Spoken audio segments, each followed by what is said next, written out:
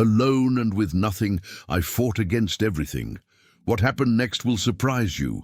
I never imagined I'd one day be kicked out of my own home. When I think back to that night, I still feel the bitter taste of anger mixed with fear. My father screaming, my mother crying, and my sister pretending it wasn't her fault. It was as if the ground had fallen out of my chest. But before I got to that point, there was a whole story behind it. My name is Bernardo. I'm 17 years old, and at the time, I was still finishing high school. My parents have always been the kind of people who believe success is having a diploma, a suit, and a desk. I was never like that. Since I was little, I loved taking things apart, understanding how they worked, seeing something grow from my hands. Tools and dust always seemed more real to me than pretty words and grades. But back home, thinking differently was almost a crime, and I paid the price for it. My father, Carlos, was always strict, the kind of man who believes authority is measured by the volume of his voice. He'd say his son wouldn't be a bricklayer or make a living from odd jobs. And my mother, Helena, would finish with a look of disappointment that hurt more than any scream. It was as if I were a living disappointment. While my friends talked about college entrance exams, I only thought about working in something that made sense to me. I didn't want to waste years studying something I hated just to please someone. But at home, my dreams were treated as rebellion. "You're lazy," my father would say. "You're afraid to study," my mother would add. And I'd stay quiet, swallowing my anger, pretending it wasn't destroying me inside. My sister, Lucia, was the opposite of me. She did everything my parents wanted, but she also never made an effort. She spent her days complaining about life, but she remained comfortable because she knew my parents would never demand anything of her. I was the family's problem, the one who talked too much, the one who questioned everything, the one who wanted to go out of line. One day my father came home and found me fiddling with an old bicycle I'd picked up off the street to fix. He freaked out. He said it was bum stuff, that I should be studying to be someone. I tried to explain, but he didn't listen. He took the bike, threw it in the trash, and even said that as long as I lived there, he was in charge. It was that day I realized my house wasn't a home anymore. It was a prison in disguise. Things got worse when I started working part-time at a neighbor's workshop. Jorge, the owner, was a demanding but fair man. He saw in me something my parents never wanted to see: drive.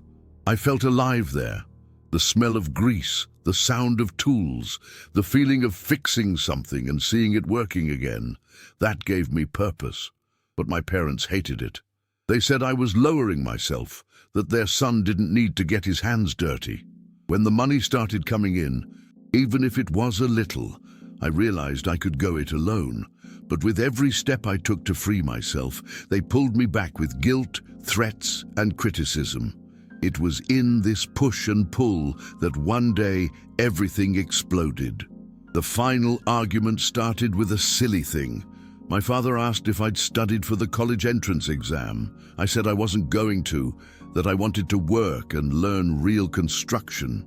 He turned red with rage. He said I was ungrateful, that he hadn't raised his son to be a worker.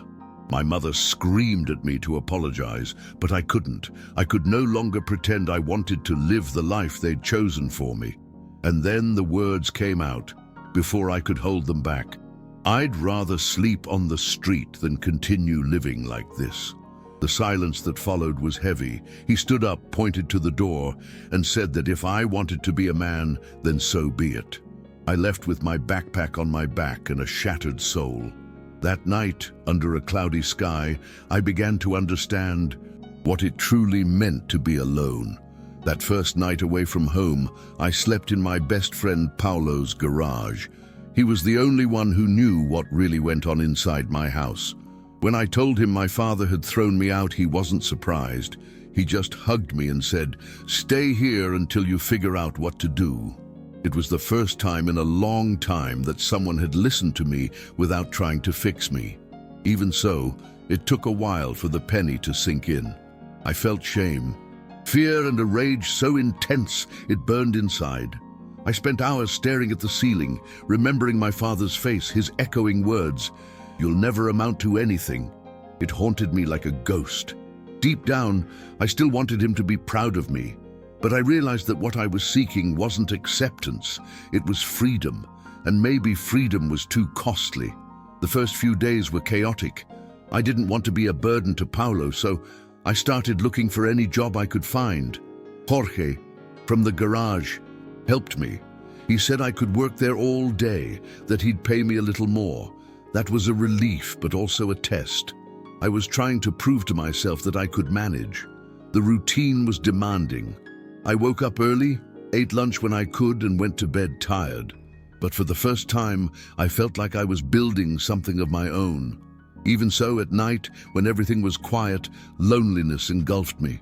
I wondered if my parents missed me. Sometimes I thought about going back, apologizing, but I quickly remembered the harsh words, the cold looks, and gave up. I didn't want to go back to being the silent, invisible boy I'd been before. Over time, I began to save a little money and rented a simple room in a remote neighborhood. The place was small, the floor cracked, but it was mine. I remember the first night I slept there. I lay down on an old mattress and, despite the street noise, I fell asleep smiling. It was the first time I felt peace. Still, the ghosts of the past continued to haunt me. When I messed up something in the workshop, I heard my father's voice inside my head, calling me a failure. When money was tight, I remembered my mother telling me I'd never make it on my own. I spent months trying to erase those voices and build new ones within myself.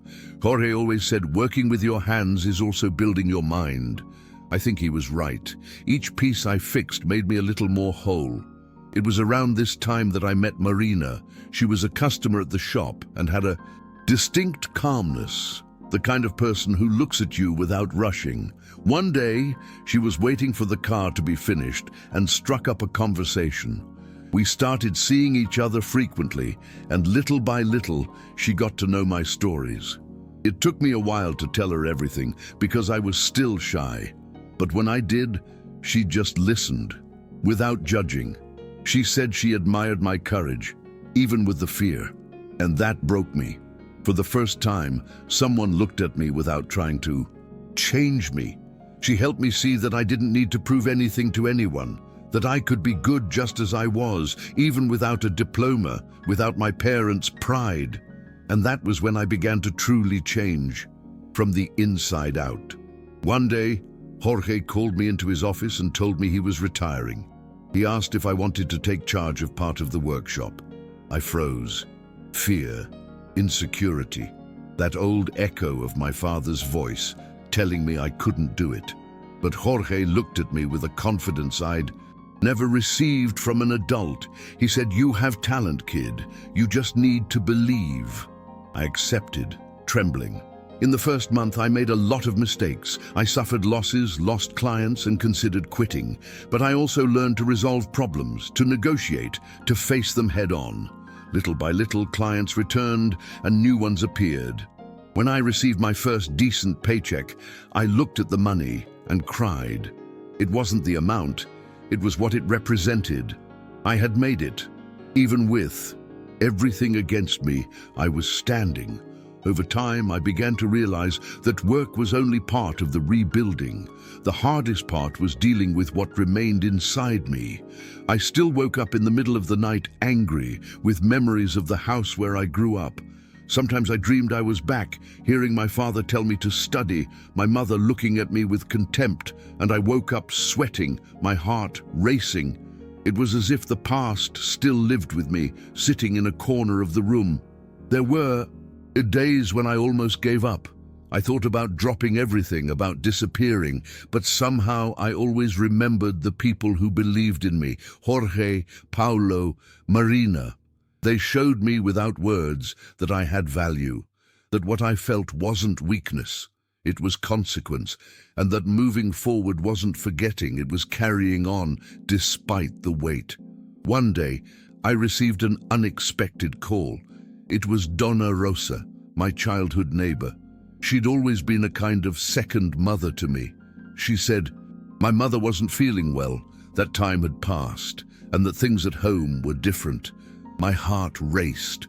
Part of me wanted to run over. Another part wanted to pretend I'd never heard. It took me a few days to decide. Until one Sunday, I summoned the courage and went.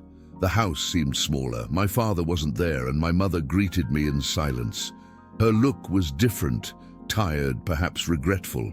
We spoke briefly, but it was enough to understand that she finally saw what she'd done. She apologized, cried, and I cried with her. It wasn't immediate forgiveness, but it was a start. That day I realized that the hatred I carried was holding me back as much as ever. After that reunion, I began visiting my mother occasionally. Little by little, I began to forgive, even without forgetting. My father, on the other hand, remained distant. I don't know if it was out of pride or fear, but he never reached out to me, and I learned not to wait anymore. Life showed me that not every closure needs a beautiful ending. Some bonds just loosen. Marina said that forgiving isn't saying everything's okay, it's just letting go of the burden alone. And that's what I did. I started to look ahead differently, with less anger and more gratitude. Because as much as I had suffered, it all taught me to be my own boss, to not bend to fit into molds that didn't belong to me. I no longer needed to prove anything, just live. A year later, the workshop grew. I hired a helper, began renovating the space, and put up a small sign with my name, Bernardo Silva, Services and Maintenance. When I first saw that sign, I felt a sense of pride no school grade could give me. I remembered every word they'd thrown at me like a stone, and realized that without them, I might not have learned to get back up. Deep down, I didn't conquer my parents. I conquered the fear they instilled in me, and that was the greatest victory. I began sharing part of my story with clients, friends, even strangers, people who thought it was too late to start over. And seeing someone inspired by my journey made me understand the value of having survived it all. Today, at 21, I still carry the scars of that time. There are days when I feel insecure, when the past tries to pull me back. But now I know who I am. I know what I'm capable of. And I know that my worth doesn't depend on what others expect of me. If I could speak to that 17-year-old boy who left home crying, I would tell him not to give up. That the pain will pass, that loneliness will teach him, and that one day he will be proud of who he has become. Because in the end, all we need is a chance to prove to ourselves that it is possible to start from scratch and succeed. As the workshop grew, I began to realize that success wasn't just about money or recognition. It was about feeling that every effort had meaning. My days were filled with tasks, clients, and rushing around. But there was a freedom I'd never felt at home. Waking up without anyone telling me what to do, being able to plan my own future, make mistakes, and learn without judgment, that was worth more than any diploma my parents dreamed of for me. Of course, it wasn't easy. There were days when I broke parts, lost clients, and argued with the helper, but every mistake was a lesson, and with each achievement, no matter how small, I felt I was rebuilding not only my future, but also my self-esteem. I was learning to respect myself. During this time, Marina was always there for me, not as a savior, but as a support. She never told me what to do, just reminded me that I could. When I doubted myself, she'd say, "Look at everything you've overcome." And I did. I remembered the night sleeping in Paolo's garage, my father's words echoing in my head, the feeling of having no place in the world. And I realized that each step forward was a victory. I learned to transform anger and fear into motivation. It wasn't easy, but it was real. Every time I managed to solve a problem, negotiate a job, or simply get out of bed after a difficult night, I felt stronger. One of the most memorable moments was when my parents saw my first major project, a complete renovation of a small neighborhood restaurant. They came over a little awkwardly to look. I felt the same fear as before, that anxiety of being judged. But for the first time, I didn't care. I showed them the work with pride. They fell silent, and I realized my anger had faded. I didn't need their approval to validate my life. That work represented everything I'd fought for: independence, capacity, the courage to be who I am. When I finished the project, I cried alone, not with sadness, but with relief and pride. It was the highest point I could have imagined at that moment. Even with everything I'd achieved, the internal struggle didn't disappear overnight. There were times when loneliness returned, or when I felt pressured by the demands of everyday life. The difference was that now I had tools to deal with it. I learned to talk to myself, to write down my thoughts, to seek support from Paolo, Marina, or even from new friends at the workshop. I discovered that asking for help wasn't a weakness, and that life goes on even when the past tries to drag us down. Every difficulty that arose became an opportunity for growth, because I finally understood that nothing could paralyze me if I decided to move forward. Today, I can look back and see that every tear, every scream, every sleepless night served to build something greater than I could have imagined. The 17-year-old boy who left home crying still lives within me, but now with strength and experience. He taught me to persist, to put myself in the right place, to fight for what truly matters. And I learned that life isn't about pleasing others, but about honoring yourself, even if the path is difficult. With each achievement, with each completed project, I feel that pain transforms into learning and pride. And this gives me the courage to face whatever comes. Over time, I've learned that life offers no guarantees and that no one will write your path for you. Every decision I've made, every risk I've taken has shaped who I am today. I'm still afraid. I still wake up some nights wondering what it would be like if I'd followed the life my parents planned. But the difference is that now I can choose. I can get out of bed knowing that every step is my own, that every achievement is the result of my effort, not someone else's approval. It's a feeling of freedom that can't be compared to anything else. And for the first time, I realized that freedom tastes like sweat, like a tool in hand, like a dream come true. My relationship with my parents changed slowly and unexpectedly. My mother started reaching out to me, asking about the workshop, listening to my plans. My father, to this day, maintains his distance, but I don't feel a lack of his approval. I've learned that not every relationship requires reconciliation for peace to exist. I choose my balance. This doesn't mean I don't feel pain or anger, but I've learned not to let these feelings control my life.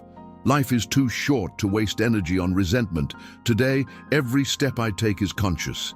Every decision is an affirmation of who I am, not who I'm expected to be. The workshop is bigger today, but not just because of the money. It grew because I grew. I learned to deal with difficult clients, negotiate contracts, teach and guide others. Every mistake is now a lesson. Every success is celebrated. The feeling of building something concrete, of seeing my hands transform ideas into reality, is indescribable. And, most importantly, I know I can trust myself. No diploma or external approval could give me that confidence. I earned it with blood, sweat, and tears, but I earned it. Every time I share my story with someone, I feel like it's for more than just me. I see people inspired, understanding that even in the darkest moments, it's possible to start over. And that gives me a purpose that nothing else can. I realize that overcoming adversity isn't a straight line. It has ups and downs, resurfacing fears, moments of doubt. But what matters is keeping going, even when everything seems impossible. My advice to my readers is simple: don't give up on yourself. Don't be ashamed of your path, no matter how different it may be. Every step, every fall, every victory, all of this shapes the person you will become. Today, looking back, I see that every hardship was a stepping stone that brought me here. I left home at 17 with nothing but willpower and courage, and I built a life that reflects who I truly am. I still miss what I lost. I still carry scars, but I also carry pride, freedom, and autonomy. My name is Bernardo, and I learned that the greatest victory isn't pleasing others. It's finding yourself and persisting, even when everything seems to be conspiring against you. If I could do it, anyone can. Pain doesn't define the future, but what you do after it. And that's what I want anyone who reads my story to take away. It's possible to win, even when the world seems closed to you. I was enslaved by my family and kicked out of my home. What happened next will surprise you. I never imagined my life could change so quickly. My name is Julia, I'm 17 years old, and I grew up in a home that seemed normal to the outside world, but to me was suffocating. For years, I was treated as an extension of my parents, Emmanuel and Laura, babysitting my 4 siblings without ever receiving a thank you or any recognition. My childhood and adolescence were filled with the feeling of being trapped, of never being a priority, always responsible for household chores and caring for others, while my parents continued their routines, oblivious to my exhaustion. I learned to swallow my anger, sadness, and feelings of injustice, but that didn't erase the knot in my stomach that I felt every time I woke up. My siblings, Miguel, Emma, Lucas, and Sophia, were the only people who gave me small doses of affection, and even then, I felt alone. The routine was overwhelming, and I became accustomed to denying myself. The feeling of being constantly on alert, as if any mistake could cost me more than I deserved, stayed with me day and night. I remember the butterflies in my stomach and the constant tension, even when I tried to distract myself with studies or small temporary escapes, because I knew that at some point my parents would call, demanding that I forget my desires and prioritize only the house and the care of my siblings. The first spark of change came when I started working at the neighborhood coffee shop. It wasn't much, but it gave me something I'd never felt before: autonomy. The smell of coffee, the sound of the machines, the routine of serving customers. It all felt like a parallel world to my home. For the first time, I had my own money and, more importantly, the feeling that my choices could matter. But my parents reacted as if I'd committed a crime. Emmanuel was irritated, complaining that I was disobeying and abandoning responsibilities, and Laura remained silent, but with that disapproving look that always weighed on me. One night, after a particularly intense disagreement, I was kicked out of the house. I remember the moment exactly. I was clutching my backpack, my eyes burning with tears, and each step to the door felt overwhelming. I felt a deep emptiness, mixed with fear and relief.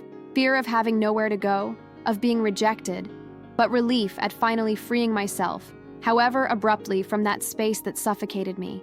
My life had turned upside down in seconds, and I realized that I could no longer depend on them, that I needed to fight for myself, even without knowing exactly how. Moving wasn't easy.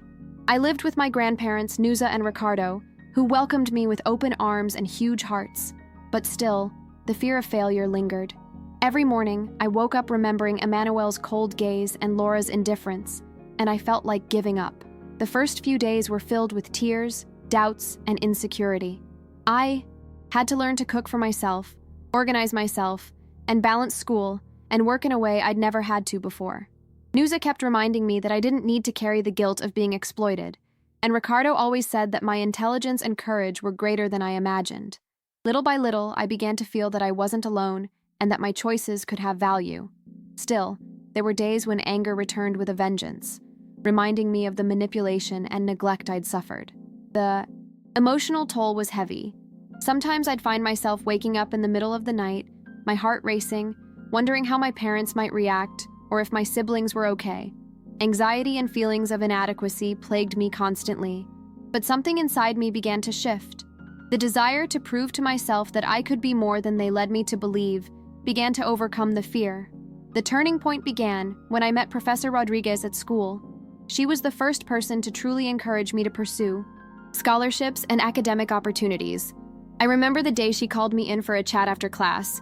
She looked me in the eye and told me, with a confidence I'd never felt before, that I had the potential for great things and that I couldn't settle for less. At that moment, I felt a mixture of shame and hope because I knew she was right, but I was also afraid of failing. I began studying diligently, using every free minute to learn, research, and prepare for exams. At the same time, I balanced my work at the cafeteria and tried to stay in touch with my brothers, who were my emotional anchor. There were endless nights of studying, silent tears, days when everything felt too much and my self-esteem seemed to vanish. But every small achievement, every good grade, every compliment from teachers and friends reminded me that I was capable of changing my story. I discovered that the greatest strength came not from the absence of fear, but from the ability to continue even when it was present, and that seeking help, accepting love and guidance was not a sign of weakness, but of courage. In this process, my friends Megan and Casey were fundamental. They were there for me during the hardest moments, when the longing and pain became unbearable. We spent hours talking about my dreams, about the feeling of always fighting against something invisible, and about the injustice of having been exploited at home. I remember one afternoon in particular. I sat on the sidewalk, my body heavy with exhaustion, tears streaming down my face, and Megan held my hand, telling me that I didn't have to face everything alone. It was the first time I felt someone believed in me without expecting anything in return, and it changed my perception of myself. I realized that I could trust, support myself, and, most importantly, I deserved respect and care. Every conversation, every laugh, every simple gesture from these friends reminded me that my life could be different, that I wasn't doomed to repeat the cycle of exploitation. Little by little, I began to feel that my voice had value, that my choices could have real consequences, and that life could offer me opportunities if I was willing to seek them. This block of internal and external changes, of pain and small victories, was crucial for me to realize that, despite everything, I had the power to write my own story. Adjusting to my new life with my grandparents brought challenges I hadn't anticipated. Although Nuza and Ricardo were incredible, there was a silent pressure on me not to fail. Each day required me to wake up early, study, help around the house, and still keep my job at the coffee shop. Physical fatigue mixed with emotional exhaustion. My body felt heavy, my back ached, my feet swollen from so much walking, and at the same time, my heart tightened with longing and fear. But little by little, I learned to organize my routine, to delegate some tasks effectively, and to realize that small daily victories were signs of progress. Each morning I managed to wake up without the weight of guilt showed me that it was possible to rebuild my life. It was a slow but steady process, and I began to realize that freedom came with responsibility, and that being responsible for myself could be liberating, even if painful. One of the most memorable moments of this period was receiving my first acceptance letter to a scholarship program. I remember sitting in the living room, my hands trembling, as my grandparents looked on hopefully, and tearing open the envelope with almost reverent care. When I read the words confirming my achievement, I felt something I'd never experienced before. Genuine pride, not just for what I'd done, but for what I'd overcome to get there. It was as if all the tears, sleepless nights, feelings of injustice and fear had been rewarded by that moment of validation. The feeling that my efforts had genuine value gave me an inner strength I hadn't known existed. At the same time, I thought about my parents and the way they treated me. I felt anger, sadness, and also a slight sense of silent revenge, but soon realized that my focus couldn't be on them, but on myself. This balance between anger, memory, and ambition became part of my emotional routine, and I learned to channel negative feelings into energy for growth. During this time, my siblings continued to be my safe haven. Even with the forced distance, I kept in touch with Miguel, Emma, Lucas, and Sophia, who sent me messages, told me about their routines, and, most importantly, reminded me that I didn't have to carry the weight of the world alone. Every call and every conversation was a small injection of courage. Knowing that they still trusted me, that they saw me as a sister and a role model, strengthened my resolve. At the same time, this bond reminded me of the wounds I carried. I felt anger at the way our parents treated us, and sadness at having lost moments that would never return. But instead of paralyzing me, this mixture of love and indignation drove me. I wanted to set a different example for them, to show them that even in the most unfair circumstances, it's possible to fight, grow, and achieve something better. This realization began to give me the strength to face each day, even when it seemed impossible to continue. There were days when I almost gave up. I remember a rainy afternoon, sitting on my bed in my room, hugging my knees, my thoughts swirling. I felt like I had no energy to study, work, or even take care of myself. I thought about my parents, the injustice of life, and the feeling of abandonment I'd carried for years. But it was in that moment of despair that I realized I couldn't let myself sink. I closed my eyes, took a deep breath, and remembered everything I'd overcome: the sleepless nights caring for my siblings, the hidden tears, the feeling of not being enough. I decided, right then and there, that I could no longer let myself be defined by what happened to me, but by what I would do next. That moment was crucial. I realized that change depended on me, on my decisions, and on the courage to put myself first, even through fear and pain. Rebuilding didn't happen overnight. It was made up of small steps, mistakes, and successes. I had to learn to deal with my parents' anger, the anxiety of studying and working, and doubts about my abilities. Each morning was an exercise in persistence, each night an opportunity for reflection. I made mistakes. I missed deadlines, overdid tasks, overextended myself at times, and neglected my health at others. But I also got things right. I made true friends, dedicated myself to my studies, learned to organize myself, and began to understand that the support of my family and friends was a solid foundation. Little by little, I realized that my life didn't need to be defined by my painful past. I could choose my path, and the feeling of control over my choices was liberating. Each achievement, no matter how small, reinforced the certainty that I could, indeed, write a different story for myself and my siblings, and that the pain I carried didn't need to stop me from achieving my dreams. As I gained confidence and independence, I noticed my parents were beginning to show signs of regret. Emmanuel, previously always authoritarian, began secretly calling me, asking how I was, trying to get closer in a strange and uncomfortable way. Laura also showed genuine concern, albeit belatedly, wanting to know if I was okay and if my brothers missed me. I confess that at first, their every gesture left me confused, and anger came along with the doubt. Should I accept this contact or keep my distance? It was a process of constant evaluation, of learning to set boundaries, of realizing that forgiving didn't mean forgetting, and that my priority needed to be my well-being. Experience taught me that not every regret immediately changes the past, but that acknowledging a mistake is the first step to rebuilding relationships. I learned to deal with these contradictory feelings, to validate my own emotions, and to understand that even in family relationships, respect and autonomy must be preserved. My study routine intensified. Each scholarship I received was the result of dedication, sleepless nights, and patience. I remember spending hours researching, writing essays, studying languages and math, always afraid I wouldn't make it, but each achievement strengthened me. My body felt tired, but my mind was more alert and my heart felt lighter. Professor Rodriguez's support was essential.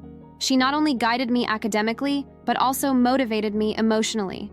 Every time she said, "You can do it," I felt it wasn't just encouragement, but confirmation that my story could be different. I realized it wasn't just about achieving external things, like scholarships and grades, but about realizing that each effort brought me closer to being the person I wanted to be: independent, resilient, and confident. Megan and Casey continued to be with me every step of the way. In the most difficult moments, when the emotional weight was almost unbearable, they were there to listen, hold me, and remind me that I was capable. Once, after an extremely exhausting week, I sat with them in the park, my hands trembling, and cried out everything I had accumulated over the past few months. They didn't use cliches or cliches. They simply listened and let me feel the pain. It was in this welcoming space that I realized something important. We don't have to face everything alone. Having people who support us doesn't diminish our strength. On the contrary, it gives us the courage to keep going, even when life seems unfair. Little by little, life began to reward me in ways I never imagined. I secured important scholarships, began to plan my future clearly, and most importantly, began to feel at ease with my choices. I remember looking in the mirror and realizing that, for the first time, I saw someone who wasn't defined solely by the past or what others expected of me. The feeling of autonomy and control over my life was overwhelming, mixed with deep gratitude for my grandparents, friends, and teachers who supported me. The pain was still there, but I was able to transform it into learning and fuel to continue growing. A defining moment was the first school meeting my parents attended after the entire conflict. I was nervous, my heart racing, my body tense, and my palms sweating. But as I looked at them, I realized my focus wasn't on confronting them, but but rather on showing them how much I had grown. I spoke confidently about my studies, my achievements, and my plans, feeling every word like a declaration of autonomy. They listened, surprised, and I could tell they were finally seeing the daughter who had always existed beyond the nanny I had been. I felt a mixture of relief, pride, and even a certain comfort, because the feeling of being recognized as a person, not as a servant or an extension of the family, was liberating. There, I realized that, despite the wounds, life could offer new opportunities, and that overcoming obstacles wasn't just about me, but about changing the dynamics of my own story. Rebuilding my self-esteem wasn't linear. There were days when I felt capable of conquering the world, and others when the memory of exploitation and neglect crushed me. I remember one night sitting on the porch of my grandparents' house, feeling the cold wind on my face and crying uncontrollably. Each tear carried anger, pain, but also hope. At that moment, I realized that feeling all of this wasn't a weakness, but part of the healing process. I needed to accept my emotions, learn from them, and transform them into strength.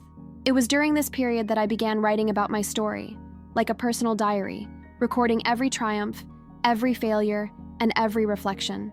This act of letting it all out helped me organize my thoughts, recognize my own growth, and recognize that my pain had value, but didn't need to define me. At work at the coffee shop, I began to see myself differently. Before, it was just an obligation, something I did to escape the routine at home. Now, it was a space for learning and independence.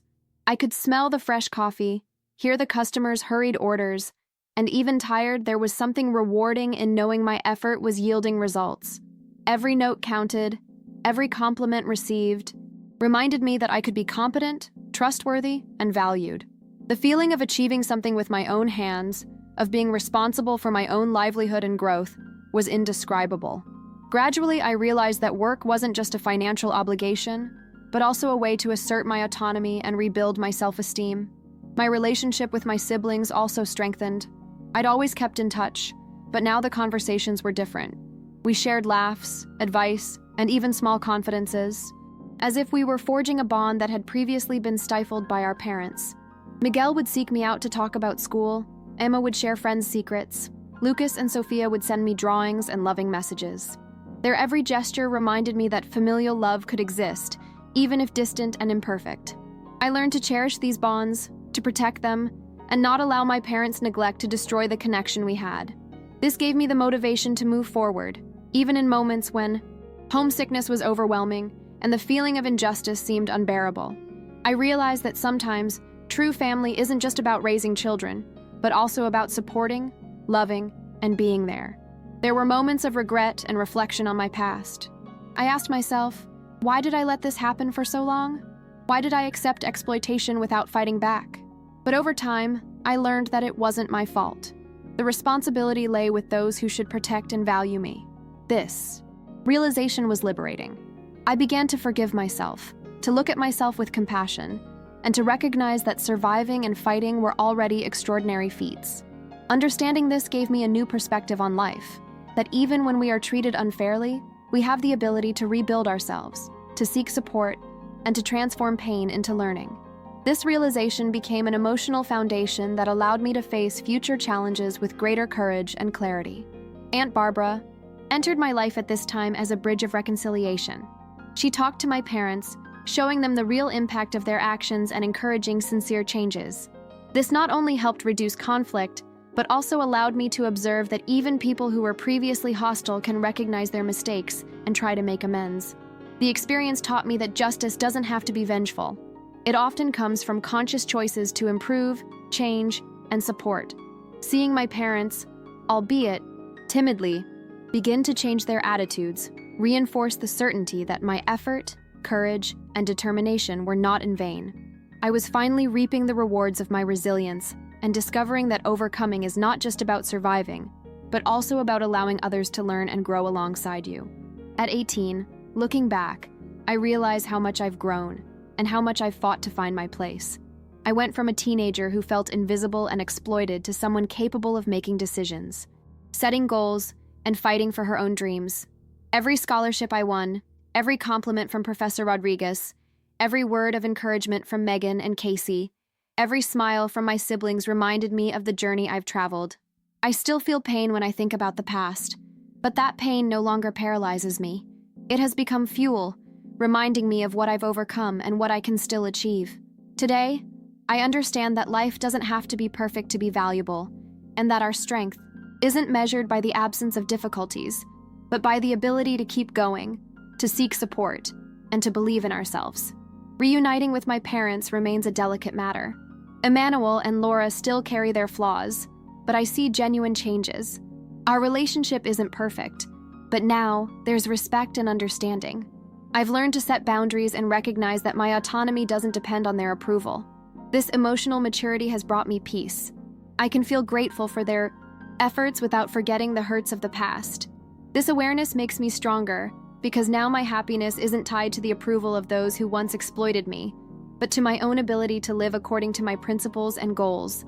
I've discovered that forgiving and moving forward is an act of self-love, and that resilience is more than just enduring. It's transforming pain into learning. Today, I work, study, and continue to cultivate friendships and family ties that truly strengthen me. Every challenge I face reminds me that nothing comes without effort, but also that every achievement is the result of the courage to not give up. When I look at my grandparents, I see the unconditional support that allowed me to get back on my feet. When I look at my friends, I see the importance of having people who believe in you even when you doubt yourself.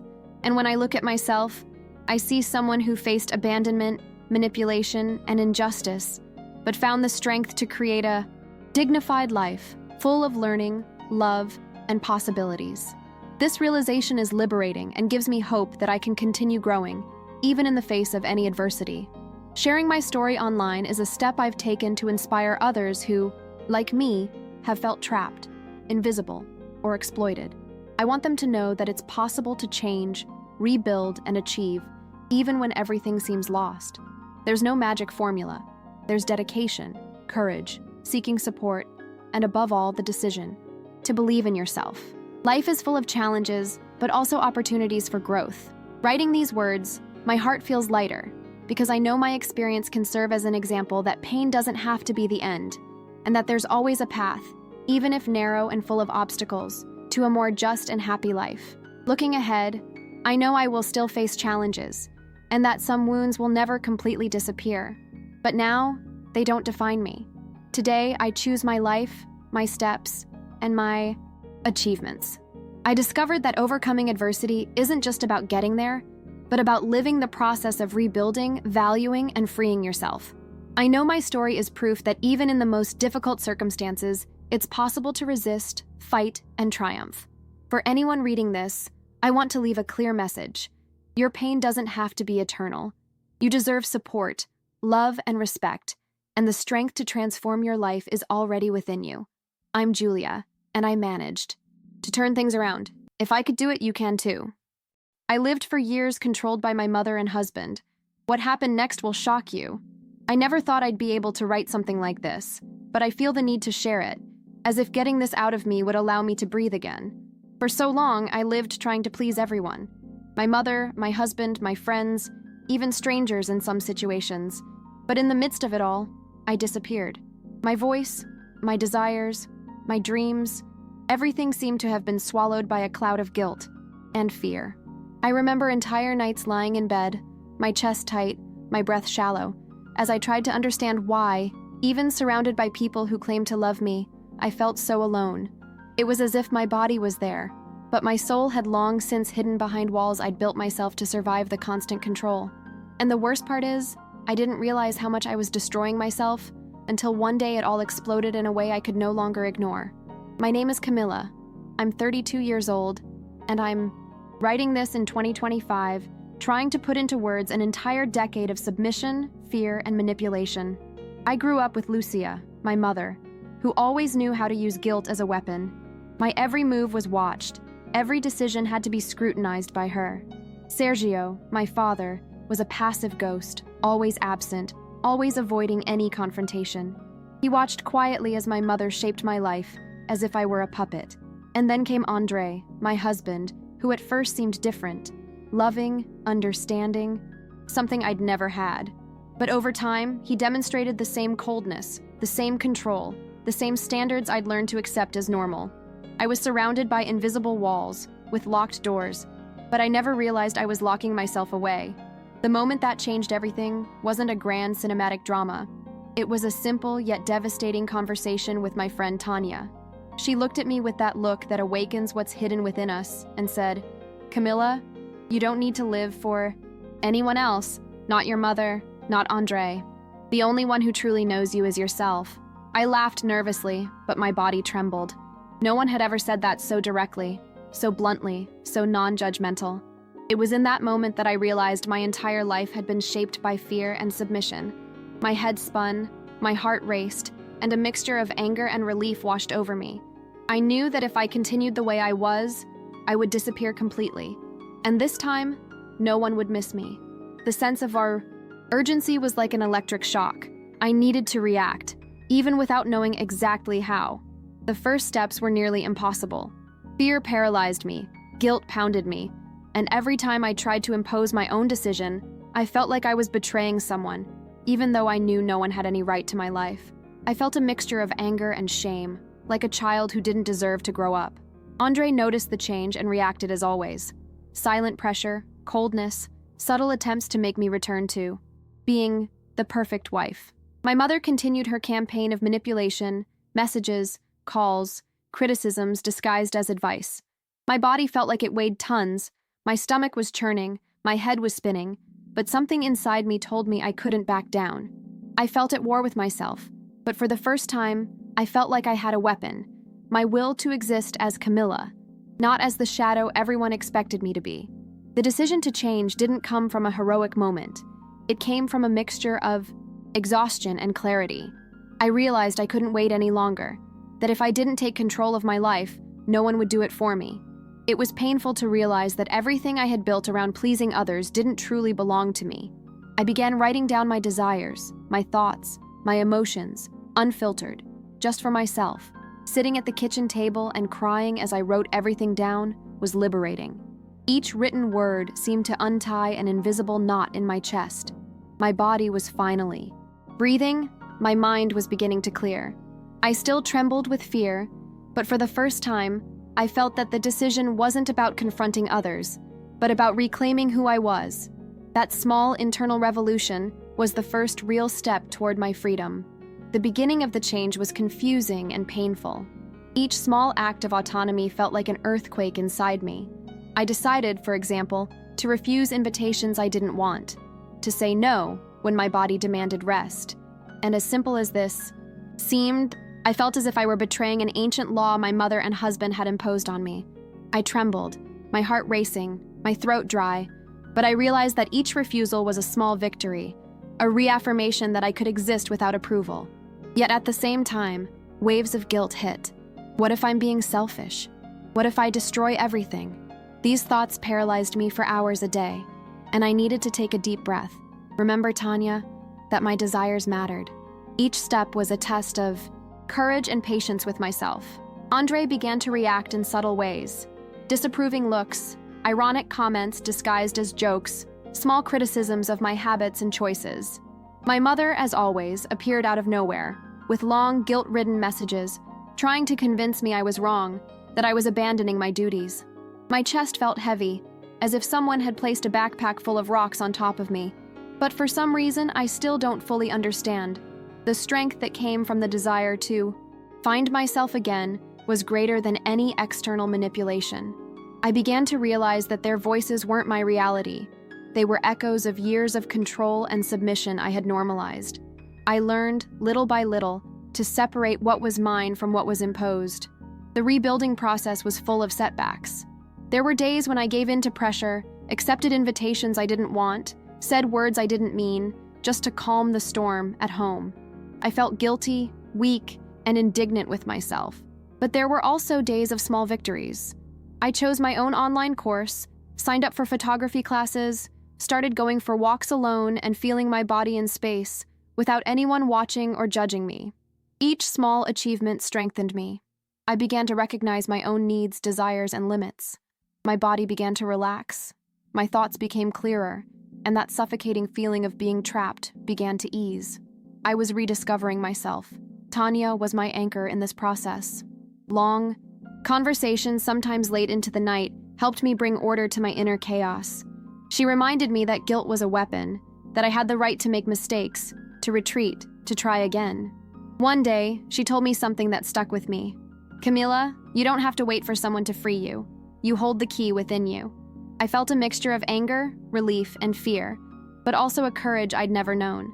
I began to understand that freedom wasn't an external event, but a daily achievement that required presence, attention, and self-love. I realized I needed to strengthen my mind, body, and heart, and that this was a process no one could accelerate for me.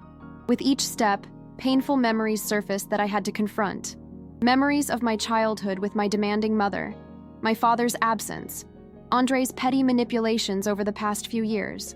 I cried alone, trembling, reliving moments of humiliation, of suppressed anger, of fear. But I also began to laugh at some things, to acknowledge absurdities that had previously seemed normal. My body began to respond in ways I hadn't felt in a long time. Lighter breathing, less tense shoulders, a feeling of expansion in my chest. Each painful memory I faced and accepted made me stronger, less vulnerable to manipulation. I was learning that feeling pain didn't break me, it strengthened me. And it was in this process that I realized I could exist and deserved to exist without depending on anyone's approval. There were times when I thought about giving up.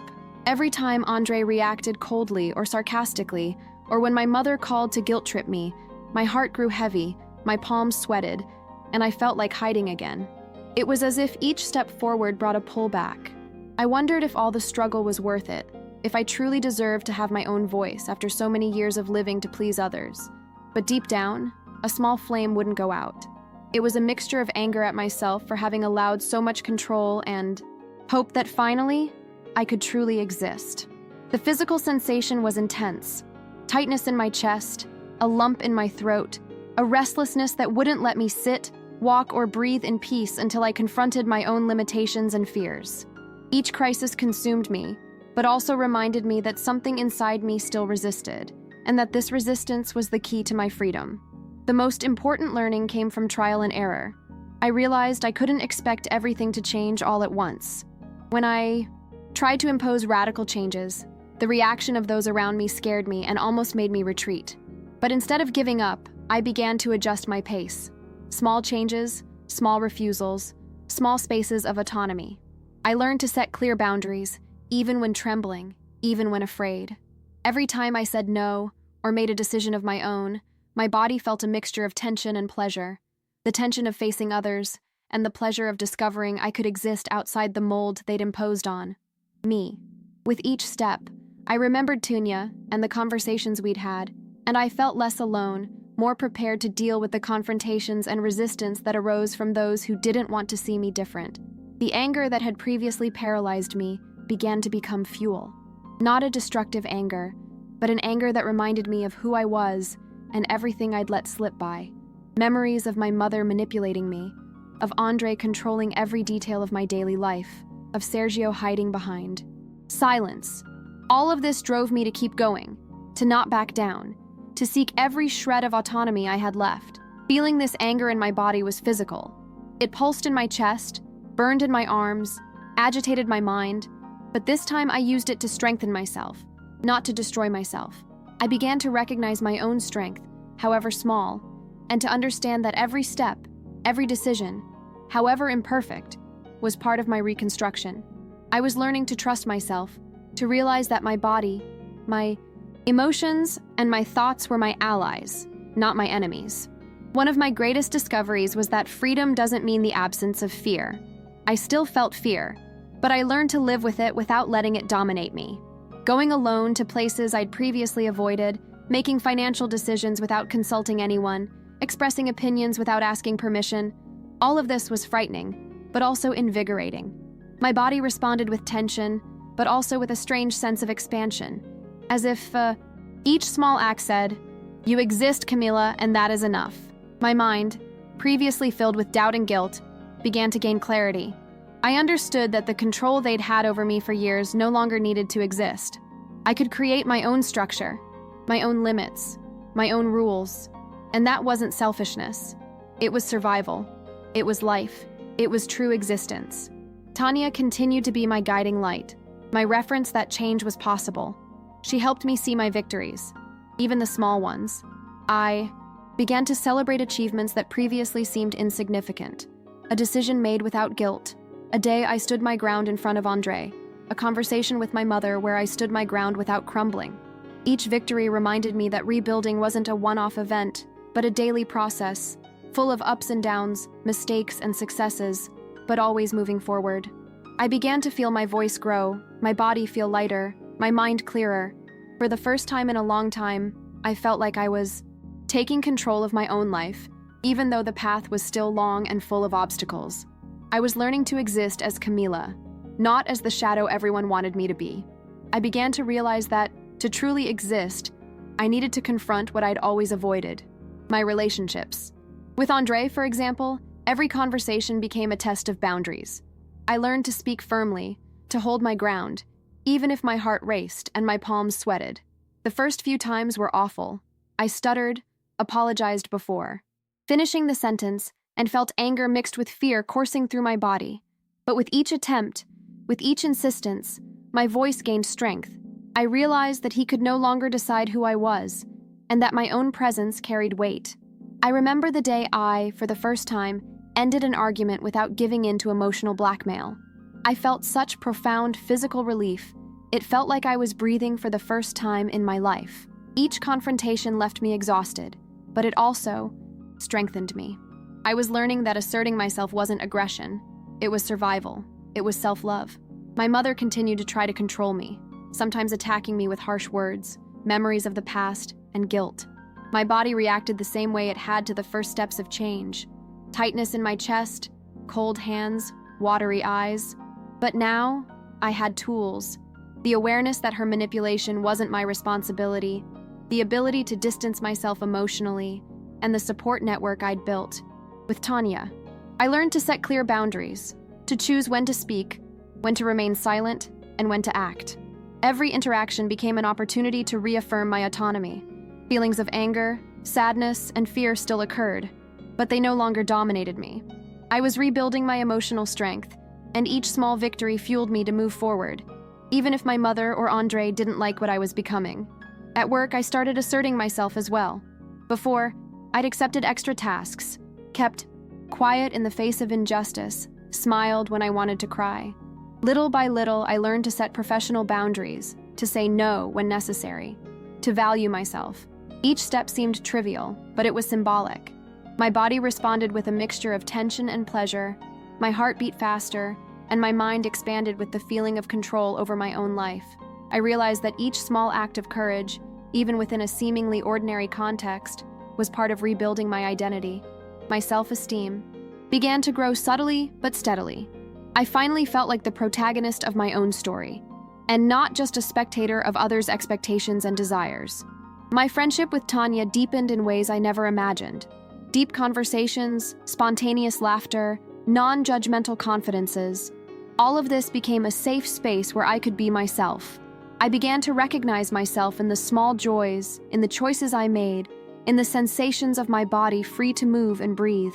Painful memories surfaced, but I faced them courageously, transforming pain into learning. My body responded differently. I felt a lightness in my chest, an energy in my arms, a clarity in my mind. Each moment of freedom, however brief, was a reminder that life could be lived without constant fear, and that I could indeed build something true for myself. It was during this period that I truly understood the value of existing as Camilla, not as the version everyone wanted. I cried, laughed, stumbled, got up, and learned that every step, no matter how small, had meaning. I realized that life wasn't about pleasing others, but about respecting yourself, recognizing yourself, allowing yourself to feel and act. My body grew accustomed to feeling pleasure in small victories. My mind strengthened with conscious choices, and my heart opened to a possibility that previously seemed impossible: genuine happiness. I was learning to rebuild my identity, to face old fears, and to accept that there were still painful but possible paths to follow. The physical sensation was concrete: open chest, relaxed shoulders, rhythmic breathing. And for the first time, I felt that freedom was real, even if it was built step by step. Over time, I realized I didn't need anyone's approval to fully exist. Andre and my mother still tried to interfere, but my body, mind, and heart were already trained to resist. Every challenge that arose, every provocation or criticism, I faced with awareness and determination. I learned to breathe deeply, set clear boundaries, and, above all, trust myself. My body responded with a sense of unprecedented strength, my heart beat lighter, and my mind was clearer than ever. That suffocating feeling that had plagued me for so many years diminished with each passing day, replaced by a clarity I never thought possible. For the first time, I felt that my decisions, my desires, and my dreams had real value, and that I was capable of building a life that was mine, not anyone else's. The rebuilding process wasn't linear. There were setbacks, moments of doubt, days when I felt fragile and vulnerable. But each stumble taught me something new, about limits, about courage, about self-love. I learned that feeling fear or sadness wasn't weakness, but part of being human. My body still reacted physically to tension, a tight chest, sweaty hands, a dry throat. But now I was aware of these signs and knew how to deal with them. Every victory, no matter how small, was celebrated. A sentence spoken without fear, a request for respected space, a moment of silence without guilt. All of this became fuel to keep going. I was rebuilding my identity, learning to live authentically, without masks. And this brought a sense of freedom that had previously seemed impossible. Today, as I write this, I feel my body and mind in balance. I still deal with remnants of pain, memories of manipulation, guilt, and fear, but they no longer define me. My heart feels light, my shoulders relax, and my breathing is finally calm. I look in the mirror and recognize the woman I've become, someone who endured years of submission, fear, and control, but who found the strength to break free, to rebuild herself, to take ownership of her own life. The physical sensation is concrete: firm pulses, open chest, steady gaze. Every decision I make, every conscious choice, every step toward emotional freedom reinforces that I am capable of existing and being happy, even after so much pain. I know my story isn't unique, and that's why I'm writing here, to show that there is a path even amidst pain, that it's possible to rise, breathe, cry, laugh, and grow stronger, that life can be built authentically, despite the manipulation, guilt, and fear imposed by others. Every step I've taken, every decision to respect myself, every act of courage, however small, has brought me here. And the physical sensation I feel now is proof that it's possible to transform pain into strength. A light chest, a clear mind, a balanced body. I am Camilla, and I am alive to myself. Not perfect, but whole, authentic, and courageous. Today, I fully exist, and I want anyone reading this to know that it is possible to succeed. It's not easy, it's not quick, but every step is worth it. The pain is there, the memories still resurface, and the fear still lingers. But now I know I can face them without losing my essence. The feeling of freedom, even if built slowly, is real and palpable. I can breathe, decide, feel, make mistakes, and get things right without depending on anyone's approval. My life is mine, my choices are mine, and my voice is finally heard, first by myself and then by the world. It is possible to exist, rebuild, and be happy, even after years of submission and control. I did it, and you can too. They always ignored me and belittled me, but no one imagined how I would change my life.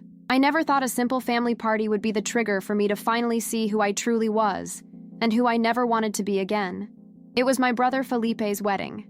Since childhood, he'd always been the center of everything. The sweetheart, the funny one, the sporty one, the pride of the house. Me, the studious one, the discreet one, the one who didn't give anyone any trouble. I grew up hearing that his brilliance needed space, and that I should be more simple so as not to bother anyone. I accepted it, until one day, the discomfort turned to anger. A silent anger, accumulated every time my mother said that a girl who's too pretty attracts the wrong attention, or when my father asked me to not overdo it with my outfit. Deep down, I just wanted to exist with a bit of dignity. My name is Isabella. I'm 27 years old, and for a long time, I felt invisible within my own family. I have a degree in business administration, work at a consulting firm, and have lived alone for almost 2 years. My transformation began after eye surgery, something I put off out of fear and lack of support. It was the first time I made a decision for myself. After that, I changed my hair, started taking care of my body, and for the first time, I looked at myself in the mirror with pride. But what should have been a source of joy became a source of conflict. With each change, I felt their discomfort increase. When my brother announced his marriage to Daniela, I thought it would be a moment of unity. But that's when everything fell apart. Daniela has always been the kind of person who needs to be the center of attention. Pretty, blonde, friendly, but always watching me with a look that mixed competition and insecurity. At first, I tried to ignore it. I convinced myself it was all in my head. But I soon realized it wasn't. When she started commenting to my mother that I was too changed and just wanting to show off, I saw the old cycle begin again. And this time, I wasn't willing to back down. The hints began subtly during the wedding preparations. "Isa, maybe a more neutral dress would look better," Daniela would say in that sweet, venomous tone. My mother would agree, my father would look away, and Felipe, as always, would pretend not to notice. I'd sit there, swallowing hard, trying to understand what was wrong with wanting to feel beautiful. Eventually, Daniela suggested, in front of everyone, that I avoid drawing too much attention during the ceremony. I remember the awkward silence and the heat rising in my face. I wanted to disappear, but at the same time, something inside me screamed that I couldn't take it lying down any longer. The week before the wedding, my mother called me in to talk. She said Daniela was nervous and that I should give in for the sake of the family's peace. Those words stabbed me like a knife. I was always the one who had to give in. I was always the one who had to be understanding. I remember closing my bedroom door and crying until I couldn't breathe. That's when it hit me. I'd spent years trying to be accepted, trying to deserve love from those who only knew how to belittle me. And I realized that the problem wasn't that I wanted to be seen, it was that they couldn't stand it. On the wedding day, I woke up with a heavy heart. I tried to convince myself it would just be another event, that I just had to keep smiling and everything would pass quickly. But when I put on my dress, simple, blue, nothing flashy, I felt something different. It was as if, for the first time, I was there completely, hiding nothing. I arrived at the ceremony and noticed the stares, some of admiration, others of judgment. Daniela saw me and froze for a second. I saw the discomfort in her eyes. It was as if my confidence threatened the role she wanted to play, that of the perfect woman, admired, above everything and everyone. And me, I just wanted to exist without having to apologize for it. During the party, I noticed the tense atmosphere. Daniela avoided talking to me, and when she approached, she made comments disguised as compliments. "You look beautiful, Isabella. I almost didn't recognize you. You've changed so much, haven't you?" The almost was laced with venom. Felipe, completely oblivious, laughed and greeted everyone, while my mother watched me with that worried look, as if I were the threat. It ate away at me. I tried to enjoy myself, dance, chat with my cousins, but with every smile I gave, I felt the weight of crossing an invisible limit they had imposed on me since I was a child. At the end of the night, Daniela took me aside. She was irritated, her smile forced. She said I had stolen the spotlight, that some people had complimented my appearance more than hers. I was speechless. I laughed nervously and asked if she was serious. She replied, "It's not just about today, Isabella. You've changed and you don't look like yourself anymore. Everyone's talking about it." Those words hit me like a punch. For the first time, I clearly understood what she and my family wanted from me. For me to shrink myself to fit into the space they decided I should occupy. I left the party early. I got in my car and cried like I hadn't cried in a long time. It wasn't sadness, it was exhaustion. A deep tiredness of trying to fit into molds that suffocated me. When I got home, I took off my dress and stood in front of the mirror. I looked at myself and thought, why am I still trying to prove anything to them? In that moment, I understood that what I called a close-knit family was actually a system of control. I was afraid to walk away, afraid of being called ungrateful, but even more afraid of continuing to live like this. It was at that point that anger turned into strength. In the following days, I began to withdraw. I stopped responding to my mother's messages about reconciliation, stopped answering Felipe's calls, and focused on myself. I returned to therapy, something I'd abandoned when I was told it was nonsense. At work, I began dedicating myself to a project I'd always wanted to pursue alone. I still cried, still hurt, but for the first time, the pain was accompanied by clarity.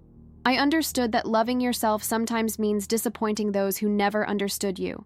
It was difficult, but also liberating. My family's reaction to my withdrawal was predictable.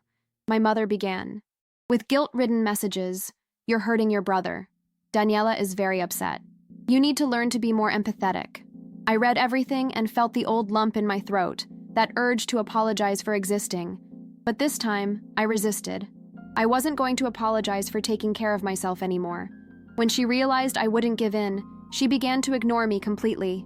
Total silence. My father followed suit, and deep down, it hurt. It still hurts. The feeling of being excluded for no longer accepting the role of an extra in your own life is brutal. But even so, I remained steadfast. Those were difficult weeks. Loneliness hit hard, especially on Sundays, when I knew they were together. I saw photos on social media, laughter, dinners, and that perfect image my family always maintained. I wasn't there, and it tore me apart. There were days when I almost texted, asking to talk, but something inside me told me to wait. I needed to learn to be alone without feeling wrong about it. And little by little, I discovered a peace I'd never experienced before. Silent, simple, but true. It was the beginning of my rebuilding, even if I still stumbled from time to time. One day, I received an unexpected call. It was Fred, Felipe's best friend. He was always kind to me, but he kept his distance out of respect for his friendship with my brother. This time, his voice sounded different. He said he needed to tell me something, that he couldn't stand the way they treated me anymore. We arranged to meet at a cafe. I remember the feeling of being about to hear something I already knew but didn't want to admit. And that was exactly it. Fred told me that Daniela was always making comments about me, my appearance, and even my body, as if I were a constant threat. He also said that she manipulated Felipe, feeding his insecurities to keep him dependent. I listened in silence, feeling my stomach churn. When I got home after that conversation, I cried again, but it wasn't the cry of a victim anymore. It was one of liberation. It was the pain of someone who finally understands what they were going through and decides to stop accepting it. I wasn't the problem. I was the mirror that reflected their weaknesses. And somehow, I realized that this had always bothered them. I started writing about what I felt, short texts, anonymous rants on forums and blogs, and to my surprise, other women began responding. They said they saw themselves in me, that they too had been silenced within their own homes. There, I found a new kind of belonging, that of people who have learned to rebuild themselves on their own. That exchange changed everything. I realized my pain could have purpose. I started getting involved with support groups, participating in online meetings about self-esteem and family boundaries. And little by little, I grew stronger. I learned to set boundaries without yelling, to say no without feeling guilty. Until one day my mother called, and this time, I answered. She said she wanted to see me, that she missed me. We arranged to meet for coffee. I went with my heart racing, but with a calm I had never felt before. I knew that this time the conversation would be different. When I arrived at the cafe, my mother was already there. Her posture was the same as always, well-groomed, serious, trying to appear in control. But her gaze was different. There was weariness, perhaps regret. We sat down, and silence was the first guest. I waited for her to speak.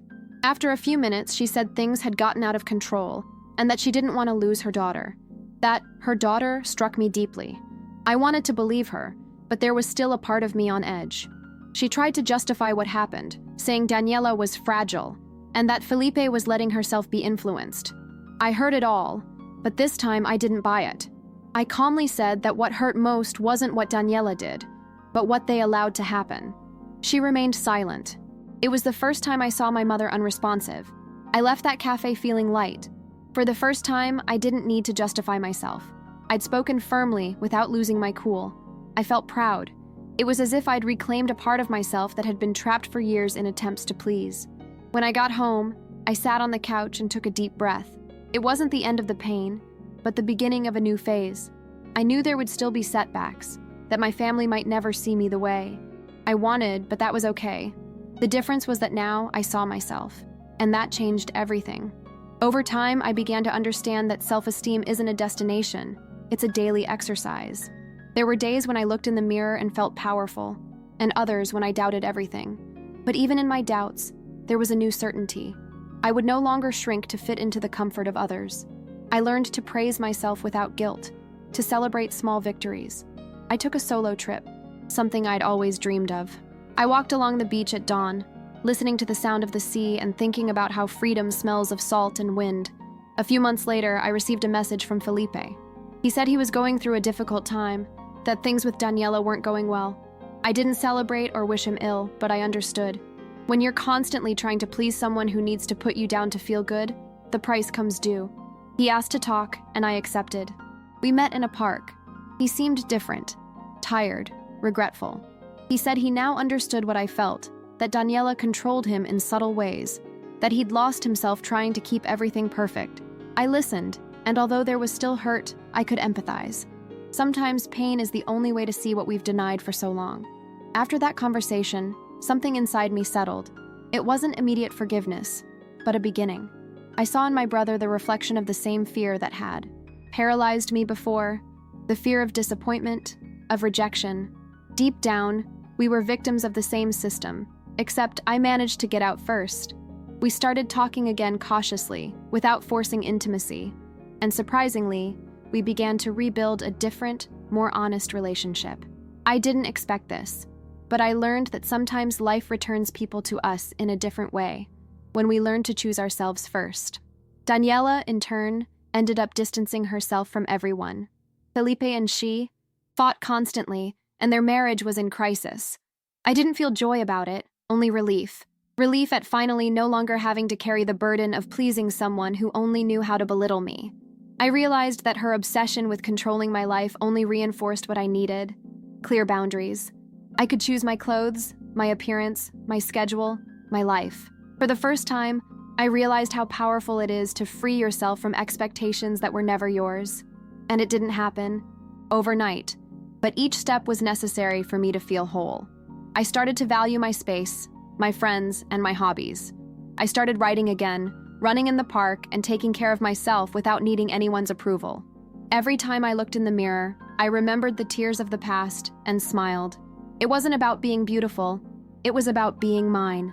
I discovered that self-esteem isn't just about feeling good about yourself. It's also about taking a stand, speaking your mind, and rejecting what diminishes you. I learned to listen less to empty criticism and more to my own voice.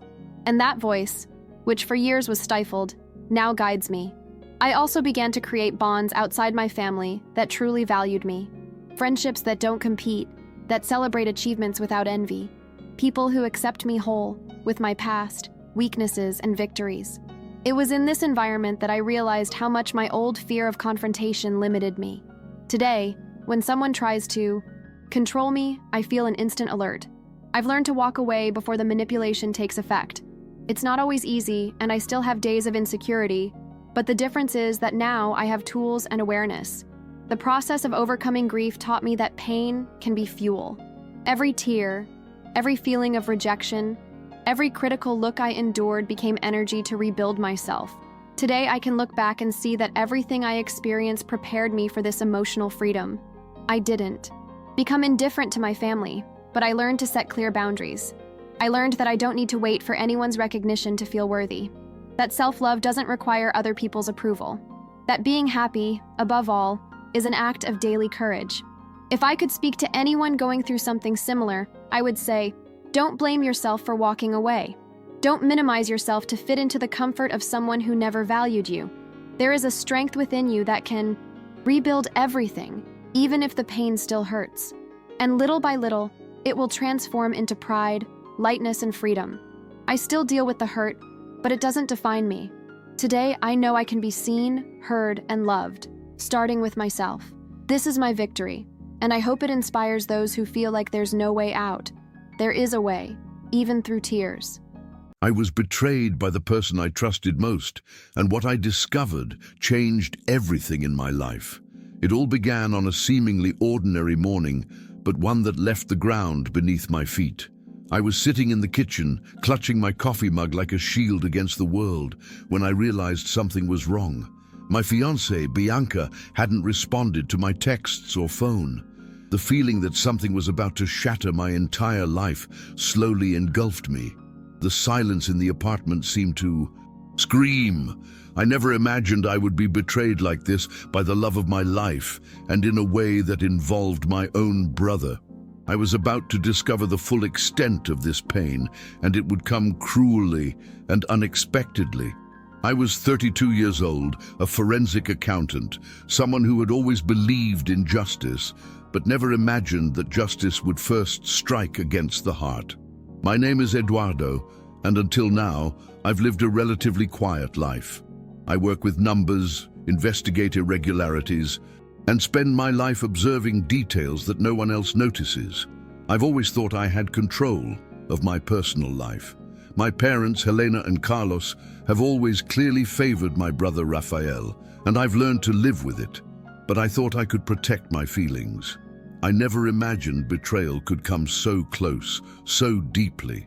Bianca, the woman I promised to love, was now engaged to Rafael, and my parents, especially my mother, pressured me to attend the wedding as if I were just another guest. As if my pain didn't matter. The impact of the betrayal wasn't just emotional. Every visit to the bank account, every suspicious movement, every document I analyzed made me realize that Rafael and Bianca were involved in fraud in the family business. My heart ached, but my mind, trained to details and irregularities, wouldn't stop. The initial shock gave way to anger, and anger mixed with a sense of abandonment.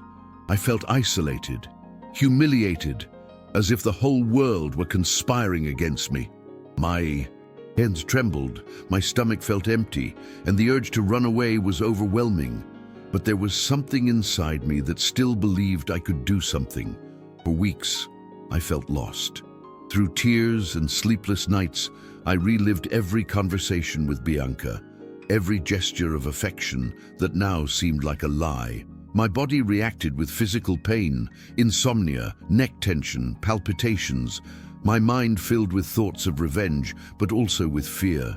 Fear of losing myself completely, fear of failing, to expose the truth, fear of being seen as weak. I read and reread contracts, statements, emails. Each piece of evidence I found increased my anger, but also made me more determined. I realized it wasn't just a matter of lost love, it was justice.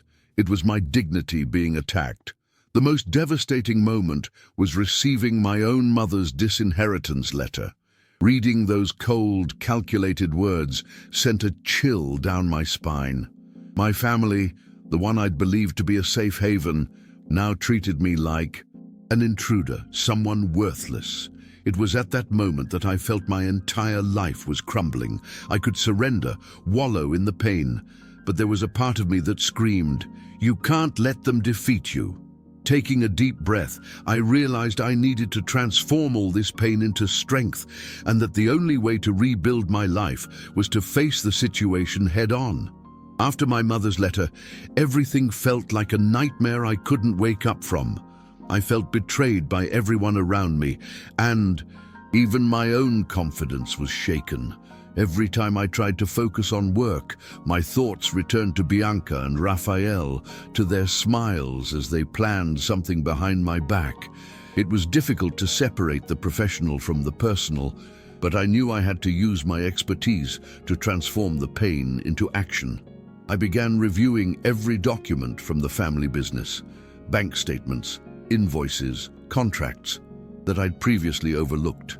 My hands shook with anger and anxiety, but there was a thread of clarity amidst the confusion. I needed to prove that they weren't just betraying me in love, but also violating laws and financial trust. The following weeks were exhausting. I stayed up all night, analyzing data, comparing movements, searching for patterns that would confirm my suspicions. Sometimes I wanted to give up because every detail I uncovered was a blow to my heart. Realizing that my brother was complicit in this, that my ex-fiancé had planned it all with him, I felt a mixture of anger and sadness that left me unable to get out of bed. but there was also a growing sense of purpose within me. I needed to act, not out of blind revenge, but because if I did nothing, everything would go unpunished, and that would further erode my dignity. The fear was constant. Fear of making mistakes. Fear that my evidence wouldn't be enough. Fear that everything would fall apart before it even began. Every phone call with Gustavo, my friend and confidant, made me more aware of the risk. He brought me outside information, confirmed rumors, helped me understand the magnitude of what I was dealing with. There were days when I considered abandoning everything, moving to another city, erasing my past, because the pain was unbearable. But deep down, I knew that running away wouldn't bring me peace. My anger needed to be channeled constructively, and my financial experience gave me the chance to do so. As I investigated, I felt my body react in unexpected ways.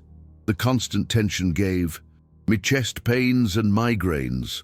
My stomach couldn't digest anything properly. Each discovery about the fraud left me physically exhausted, but also determined. I began writing detailed reports, assembling a dossier that could be used in a potential complaint. The feeling of seeing everything documented, of putting numbers and evidence on paper, gave me some control over my life that had seemed lost. It was as if I were building an invisible shield against betrayal and humiliation. The turning point came when I realized I couldn't depend on anyone to validate my pain or my decisions. My family was clearly on Raphael's side, and society expected me to simply swallow the humiliation. It was at that moment that I decided I would not only survive, but I would transform all this pain into justice. I began formally planning how to expose the irregularities, contact the authorities, and confront not only the emotional betrayal, but also the ethical and financial betrayal. Feeling that I had a concrete plan gave me the strength to breathe again and believe that there was still light at the end of the tunnel. Taking action was harder than I imagined. Each step required courage and calculation. I needed to be sure my evidence was solid before taking the matter to the authorities. The weeks turned into endless nights of analysis, checking accounts, contracts, tax records. My body felt exhausted, my mind in constant combustion, and yet there was a fire inside me that wouldn't let me give up. It was as if each spreadsheet, each document I reviewed, was a piece of my heart rebuilding itself brick by brick. The anger still burned, but now it was transforming into focus, into discipline. In the midst of this process, my loneliness was overwhelming.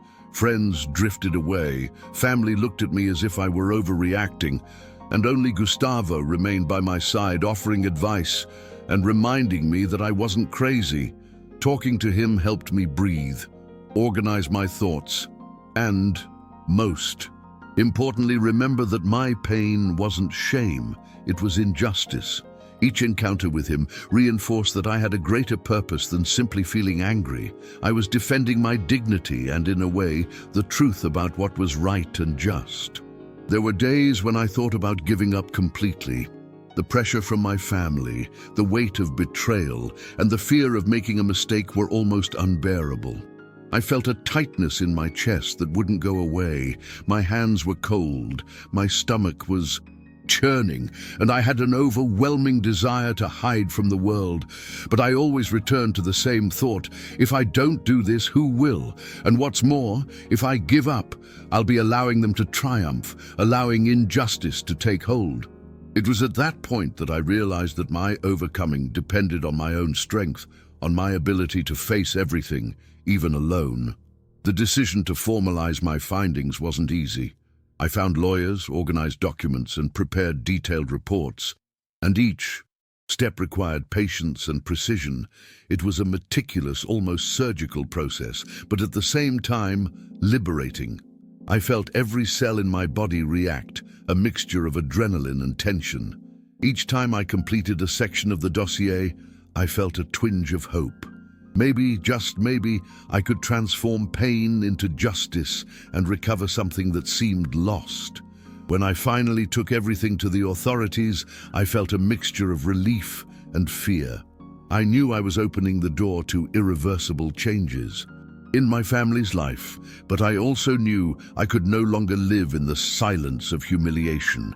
It was the first time in months that I felt my heart beat with something other than fear and anger. It beat with purpose. From that moment on, my struggle was no longer just internal, but also external. Each day brought new challenges, new confrontations, but also a new feeling. I was in control of my story, and that gave me the strength to carry on. The repercussions of my actions were swift and intense. Raphael and Bianca tried to maintain a facade of normalcy, but it was impossible to hide the effects of the investigations.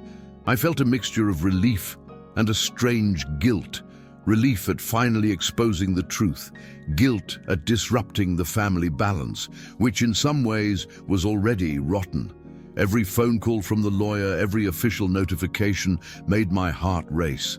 I felt a constant physical tension, as if my body were constantly on alert, but also a mental clarity I'd never experienced before.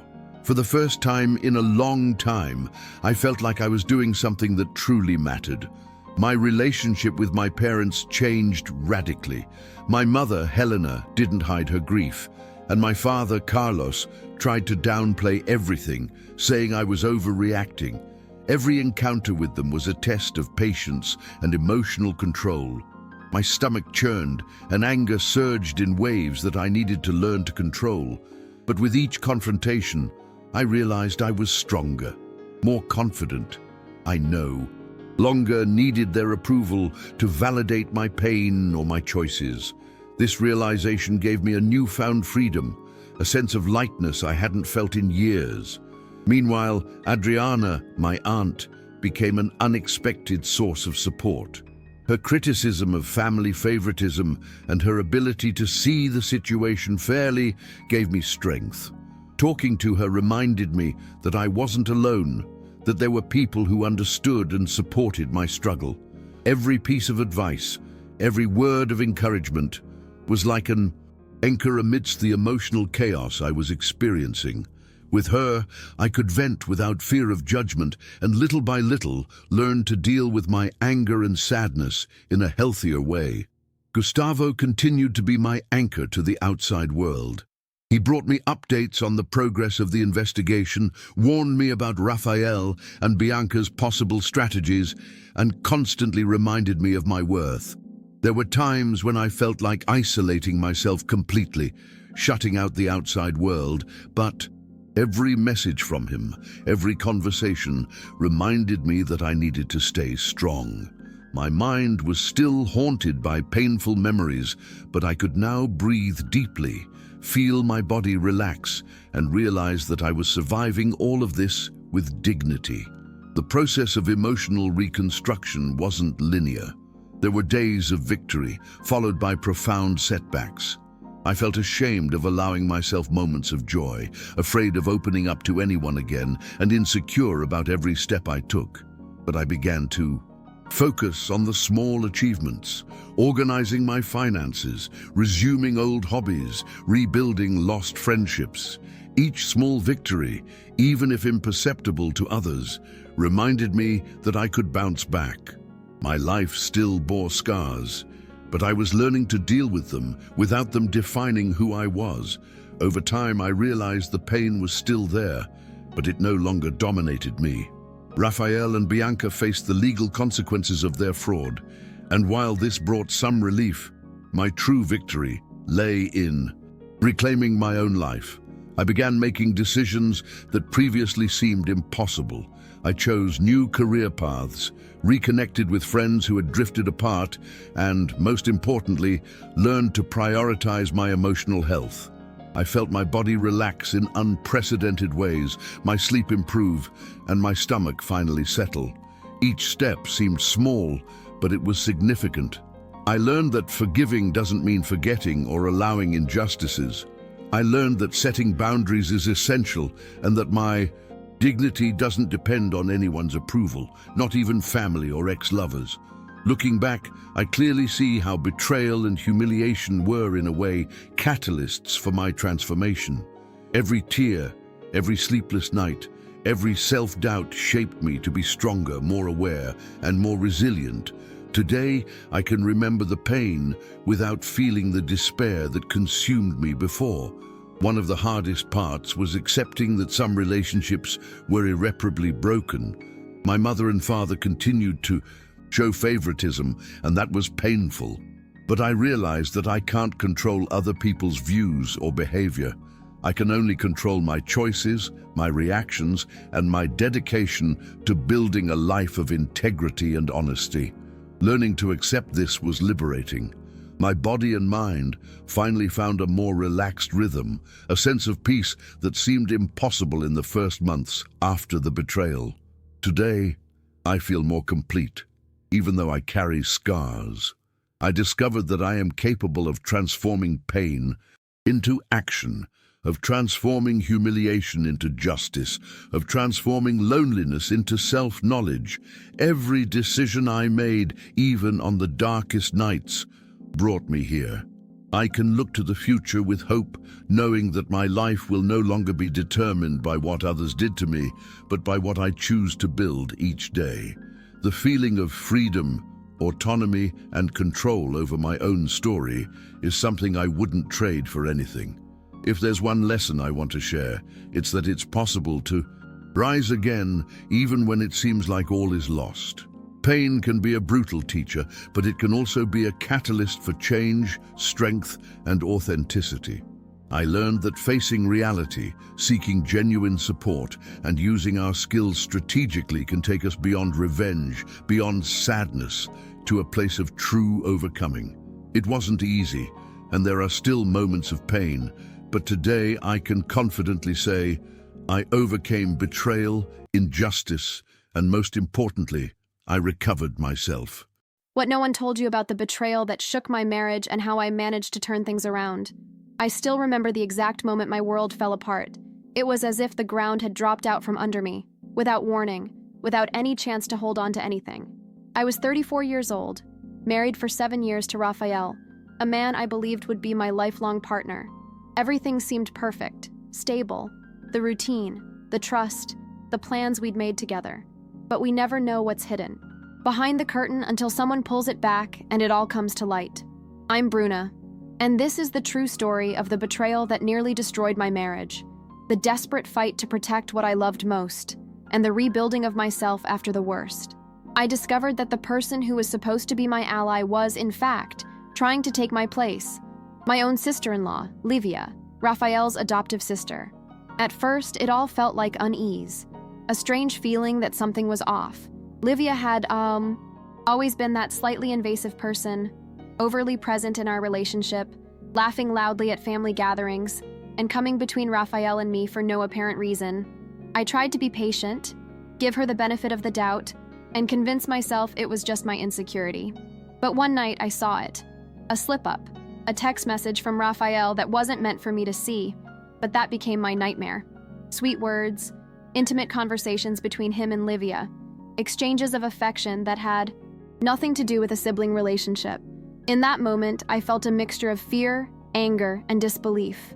I wanted to run, hide, scream, cry, all at once. But reality didn't give me that choice. From that moment on, I began to live a private investigation within my own home. I stayed up late, observing movements, taking notes, trying to understand what was happening, and, most importantly, trying to prove to myself that this wasn't a nightmare. Raphael began to withdraw, becoming quieter, more reserved. I felt the weight of the secret between us, and he seemed unsure how to handle it. I couldn't trust anymore, but I also couldn't simply give up. That's when I sought help.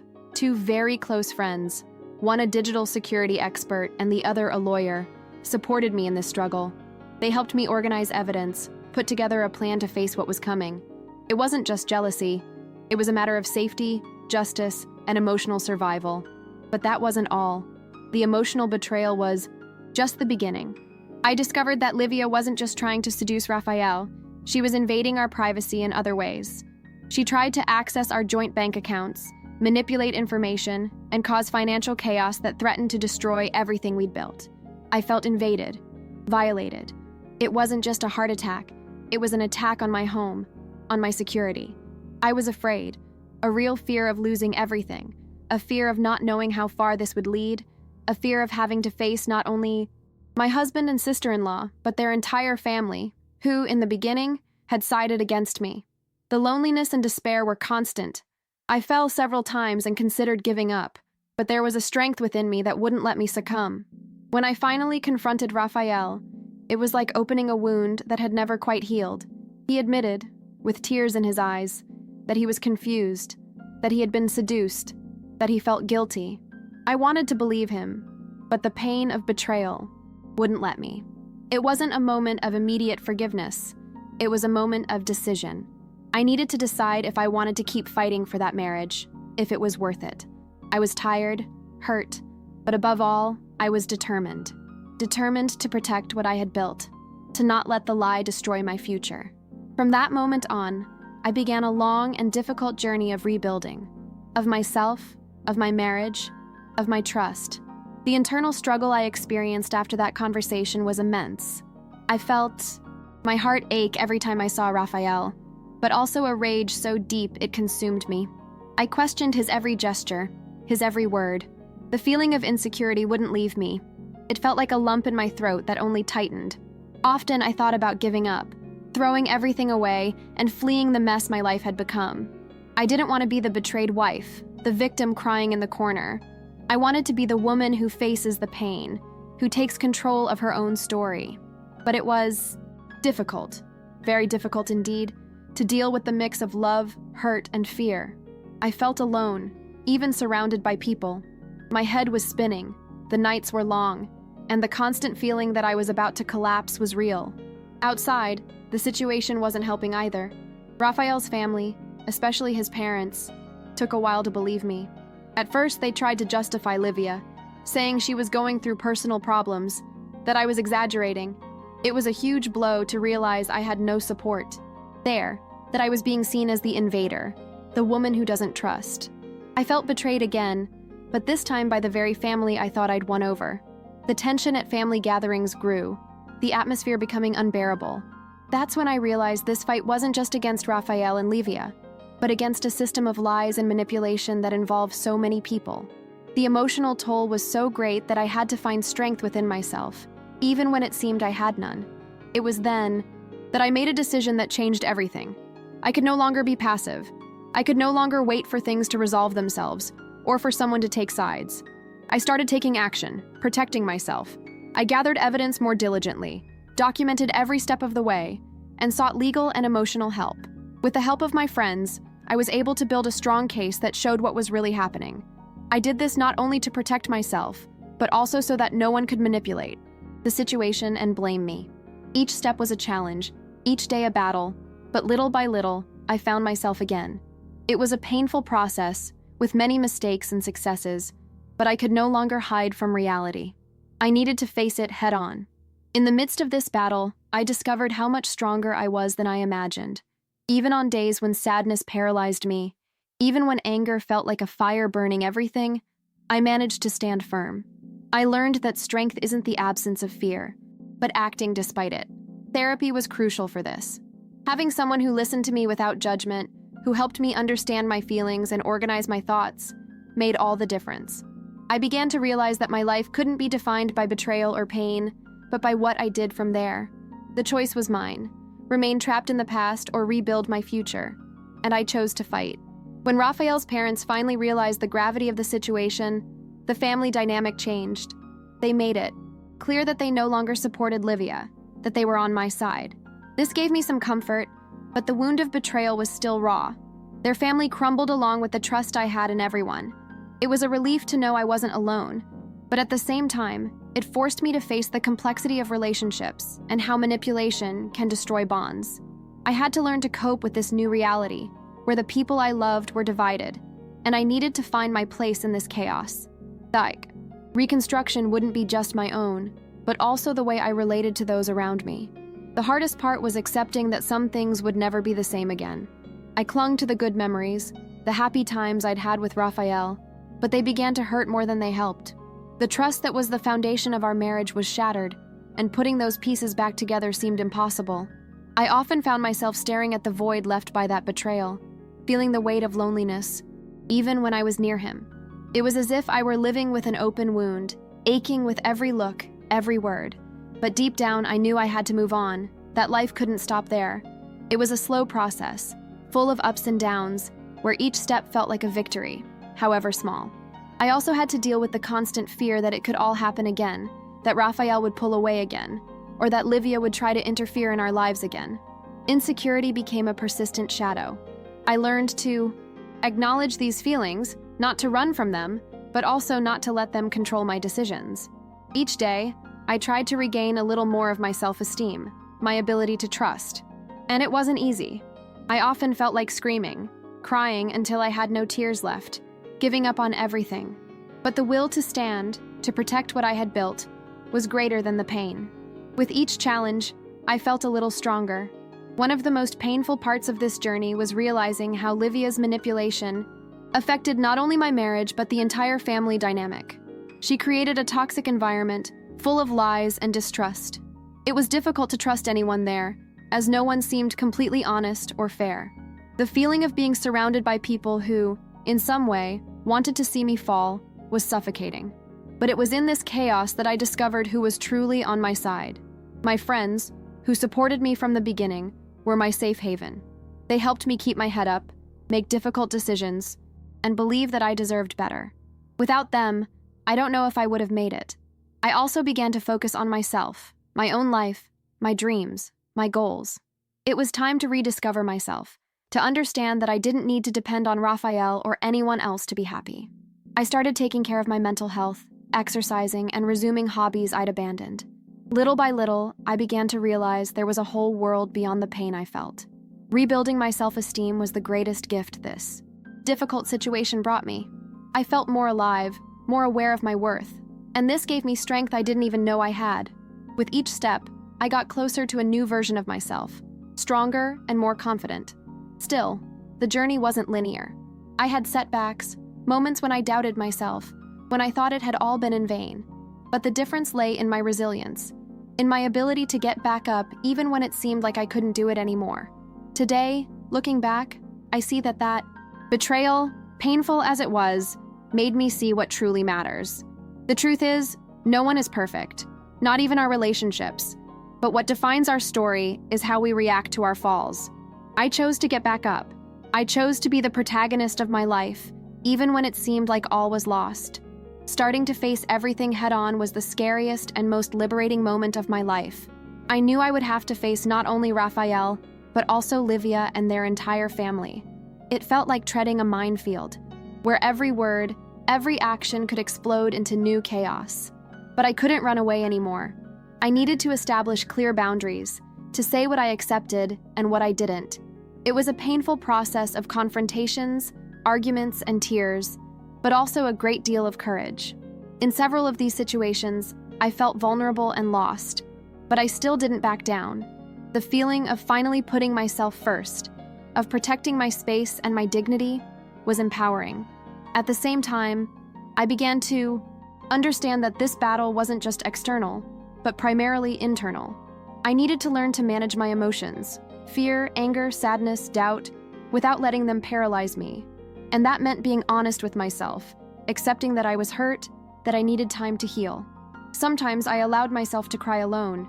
Other times I screamed into my pillow, and other times I simply took a deep breath and moved on.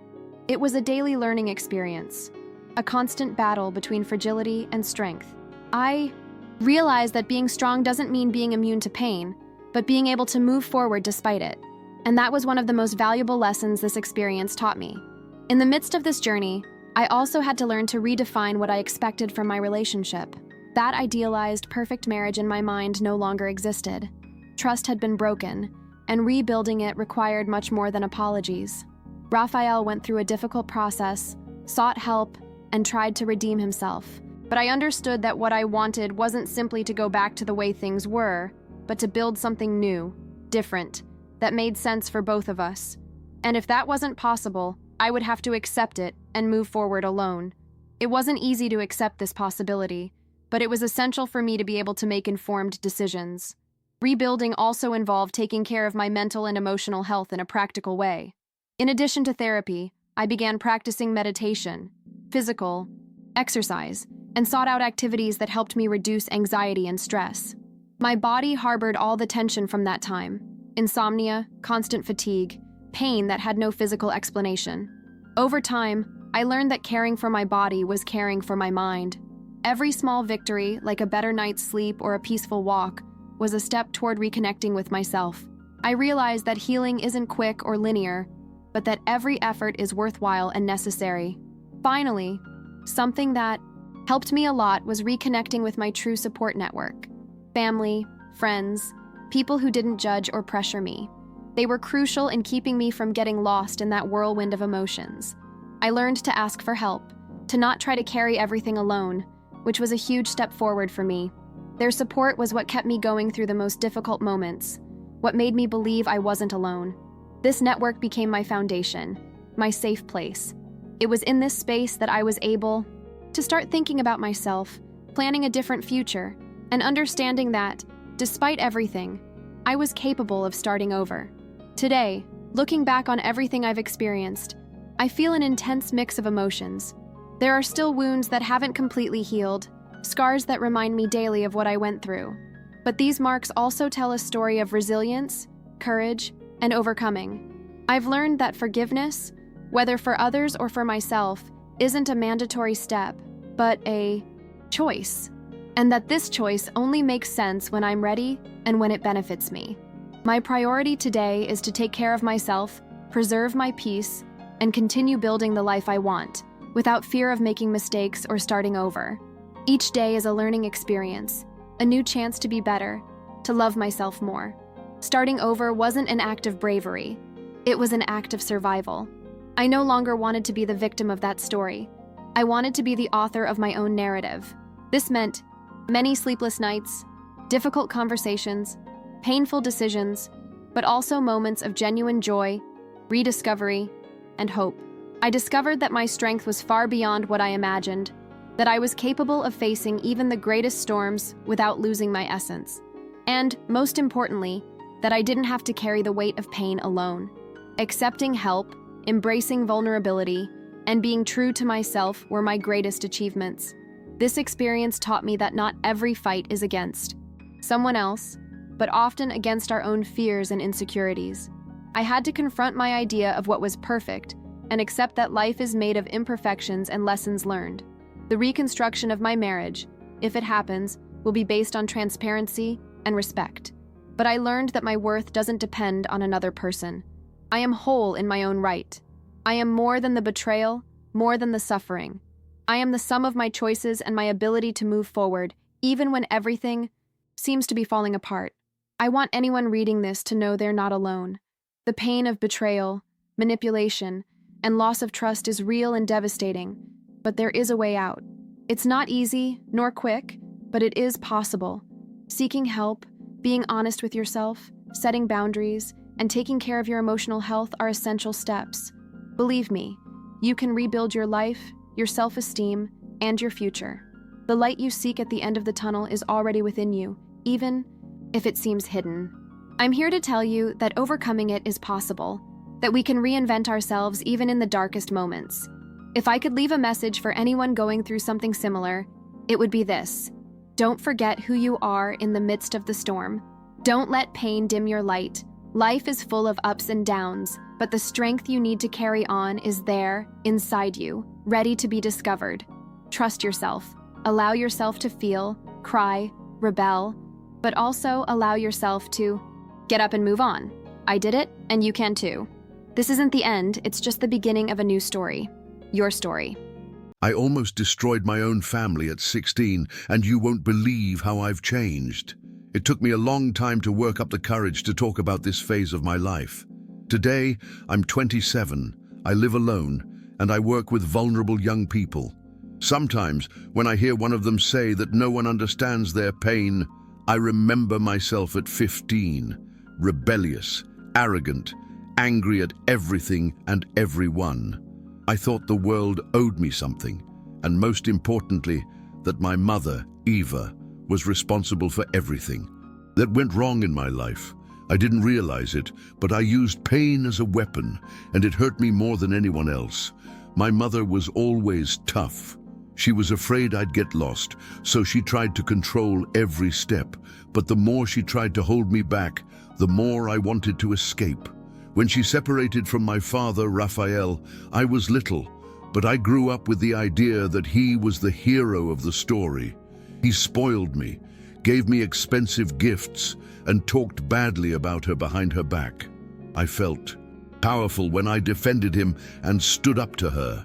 It was a sick game and I didn't see it. I just wanted to be noticed, and I used every opportunity to make my mother feel wrong. When she married Rodrigo, it was like the ground had fallen out of my grasp. I wouldn't accept another man in the house, much less one who tried to be nice. I did everything to provoke. I lied, broke rules, made up stories to pit them against each other. And, worst of all, it worked. Rodrigo began to pull away.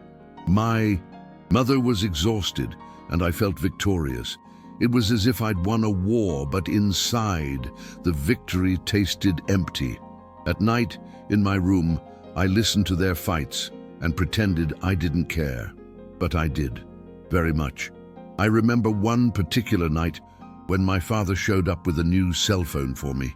I was 16. My mother said I couldn't accept it, that it was a way for him to manipulate me. I screamed that she was jealous, that she just wanted to control me. It was the first time I saw tears in her eyes, not from anger, from exhaustion. It struck me, but at the time I ignored it. I chose to believe she deserved it, that it was fair. Today, when I think back, I feel ashamed.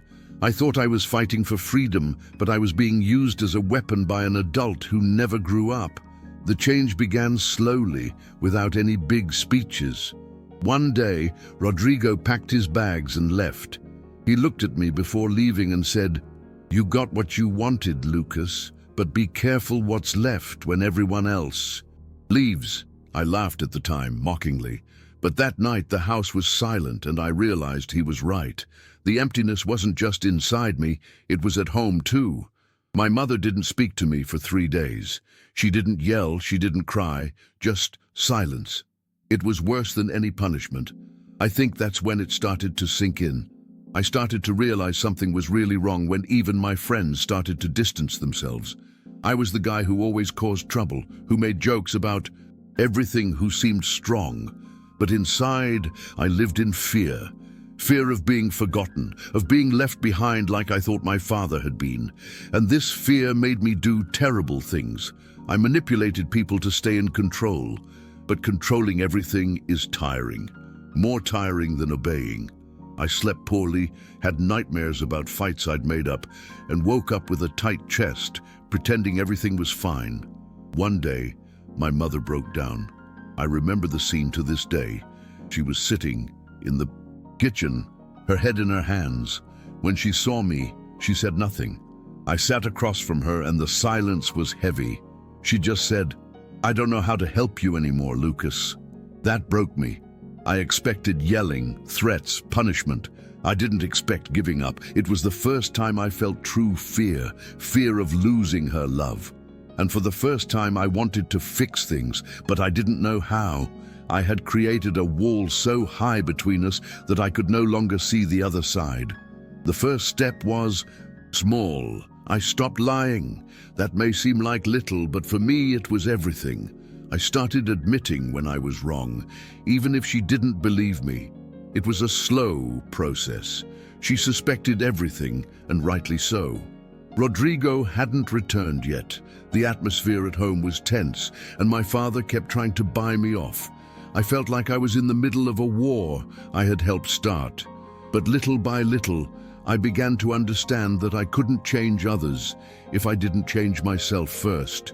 And that hurt because I had to face my true self. One day, Helena, my grandmother, called me to talk. I always thought she was on my side because she defended me from my mother. But this time was different. She said, "You think you win when your mother loses, but that's ego, not love." Those words echoed in my head. For the first time, someone made me see that my anger didn't make me strong. It only kept me trapped. I cried in front of her, something I never did. It was ugly, sobbing tears, and she just hugged me. I think that was when something inside me began to heal. At the end of that year, I looked for my mom. She was in the living room watching TV, and I sat next to her. I was silent for a few minutes until I said, "I don't know how to fix everything, but I want to try." She looked at me with that tired look and said, "Then start by staying." I stayed, and for the first time, we went an entire weekend without fighting. It was strange, silent, but different. It was as if we had found a thin thread of peace and were afraid to let go. I remember going to sleep that night, feeling that maybe, just maybe, things could change. The changes didn't happen overnight. I still slipped up. I still argued over trivial matters. I still wanted to blame my mother for everything. But now I knew when I did it. It was like watching someone from the outside, the old Lucas trying to take control again. The hardest part was facing the consequences. Rodrigo didn't come home. I wanted to apologize, but my pride held me back. Until one day, he came to pick up Mateus and Sophia, and I summoned the courage. I said a crooked, "I'm sorry," without looking him in the eye. He simply replied, "You still have time to do things differently," and he left. Those words stayed with me. My relationship with my father also changed. I started refusing gifts. At first, he laughed, thinking it was a phase. Then he got angry. "Is your mother manipulating you again?" he asked. And that's when I realized the manipulation wasn't just coming from me. I was a reflection of what I saw. I grew up learning that power came from making others feel bad. And to break this cycle, I had to unlearn a lot. It was painful to realize that the man I admired had also used me to hurt the woman who raised me. And as much as it hurt, I needed to forgive him to move on. Over time, I started talking more with Mateus and Sophia. At first, they were suspicious of me, and rightly so. I'd already messed up a lot. But basketball helped. Mateus would invite me to play, and little by little, the anger turned into a partnership. Sophia, with that cell phone-focused look in her eyes, one day showed me some old photos of us together and laughed, "You seem to hate us." I laughed back, undefended. It was true. But now, I just wanted to make amends. And that laugh was one of the first bridges I managed to rebuild. My mother was still strong, but different. She didn't yell as much anymore. I could tell she was also learning to see me differently. Sometimes she'd catch me helping around the house and say a simple "thank you." It seemed like little, but to me, it meant the world. I learned to appreciate these small gestures. What had been a fight became a learning experience. We still had open wounds, but we were walking side by side, not in opposite directions. For the first time, I felt she believed I could be better. One of the most memorable moments was when the school called my mother in to talk. I thought she'd hear complaints, but this time the teacher praised my change. He said I was calmer, more engaged. I saw the pride on her face, a shy but genuine pride, and I held back tears right there. It was as if, after so many years, I'd finally given her back a piece of the peace I'd taken from her. It was the first concrete sign that I was on the right path. I still hadn't completely forgiven myself, but I could already look at myself in the mirror without so much hatred. Over time, I began to better understand my own anger. It was a mixture of fear, frustration, and a sense of abandonment. I had used my mother, stepfather, and even my brothers as shields or weapons. And realizing this gave me a kind of shame mixed with relief, because I could finally name my flaws. I wasn't just the rebellious kid. I was someone who was lost, who wanted attention and love, but didn't know how to ask for it properly. And admitting this hurt more than any punishment or fight I had ever provoked. Things in the family remained complicated but different. There were still arguments, there was still manipulation on my father's part, and Raphael continued to try to interfere in our lives with gifts and lies. But now I could see the intention behind every action. I didn't need to react. I learned to breathe, to think before speaking, to avoid provocations. And most importantly, I began to recognize when I needed to apologize. And apologizing isn't easy. You expose your flaws, your weaknesses. But each time I did, something changed inside me, and I realized my mother felt closer. Another important aspect was technology. Sophia taught me a few things, and at first, I resisted. I thought it was silly, but I realized that if used wisely, I could create bonds. We started playing games together, sharing little jokes online. Nothing grand, but it was a symbolic step. I was building bridges that I had previously destroyed. And it was at that moment that I realized my change didn't depend solely on my mother or stepfather. It depended on me. I needed to take responsibility for my choices, even if those around me still judged me. Mateus, who was always competitive, challenged me in basketball, and I accepted. Before, any provocation would turn into a fight. But now I tried to turn it into motivation. Every practice, every loss, every victory, everything was an opportunity to learn. And the curious thing, the more I grew, the more I understood that respect didn't come from intimidation, but from consistency and honesty. It was a slow but solid change, and little by little, I realized that the family bonds I had tried to destroy were being rebuilt based on truth and real effort, not fear or manipulation. Little by little, my mother and I were able to laugh together again, not forced, but genuine.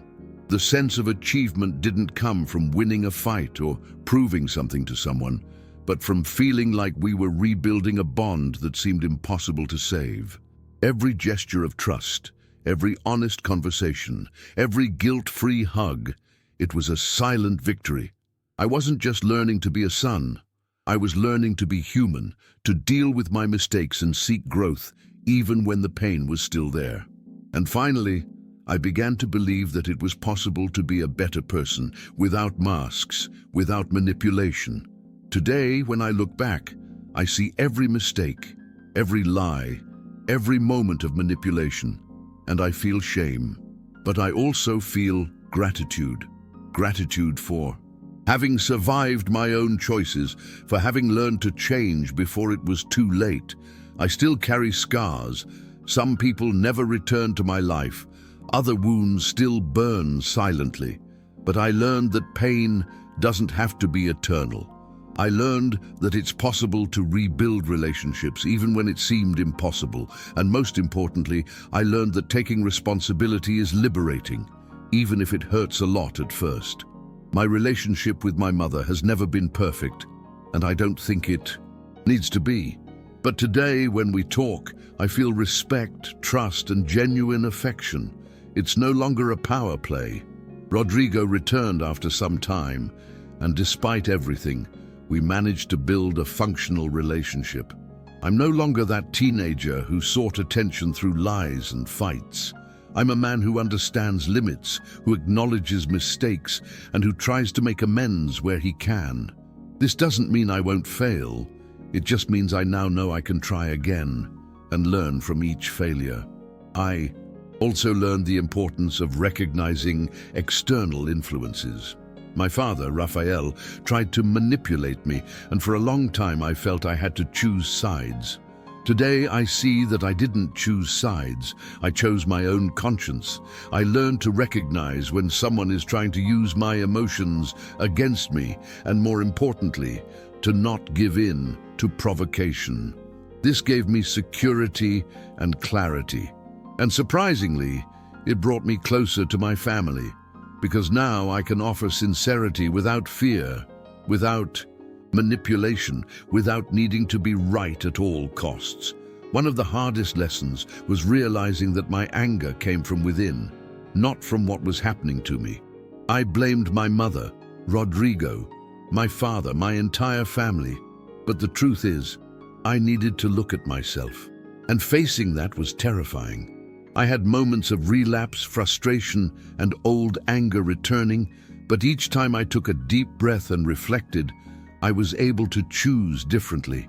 I learned that maturing isn't about losing your essence, it's about understanding and dealing with it, and that rebuilding yourself is a daily process with small conscious steps. Today, I write this for anyone who feels like they've lost control of their life, that they've hurt someone they love and don't know how to fix it. It's possible to change. It's not easy, it hurts, and there are no guarantees, but it is possible. Every honest gesture, every apology, every attempt to listen before reacting builds something new. I'm no longer the Lucas I was when I was 16, but I carry his memory to remind me that the path to change exists, even in chaos. And above all, I've learned that pain doesn't define who you will be tomorrow. Your choices do. I protected my family from manipulation and hatred, but what happened in the end no one could have imagined. I never thought life could be so confusing at 17. That year, everything seemed to fall apart at once. My father, Hugo, always so firm, began to show weaknesses I'd never seen before. My mother, Regina, reappeared in our lives with the sole purpose of causing conflict. And my sisters, Bruna and Camilla, were lost between loyalties and resentments. I felt alone in the midst of a storm. That seemed to have originated within the home. The moment that changed everything was when I realized my mother had never truly changed. She came with promises of reconciliation, but with every step we took, she destabilized everything. Accusations, emotional blackmail, and an astonishing ability to turn the family against whomever she wanted. I realized, with a weight on my chest that seemed to crush my heart, that no one else could be the line of defense between her and the chaos she brought. It was then that I realized I needed to take on a role that wasn't mine, but someone else needed to fill, to care for my family, protect my father and my most vulnerable sisters, and ensure that everyone's lives weren't completely dominated by her poison. At the same time, I found myself confronted with my own teenage life, my feelings for Matthias, my doubts about the future, and the need to find some meaning amidst the chaos.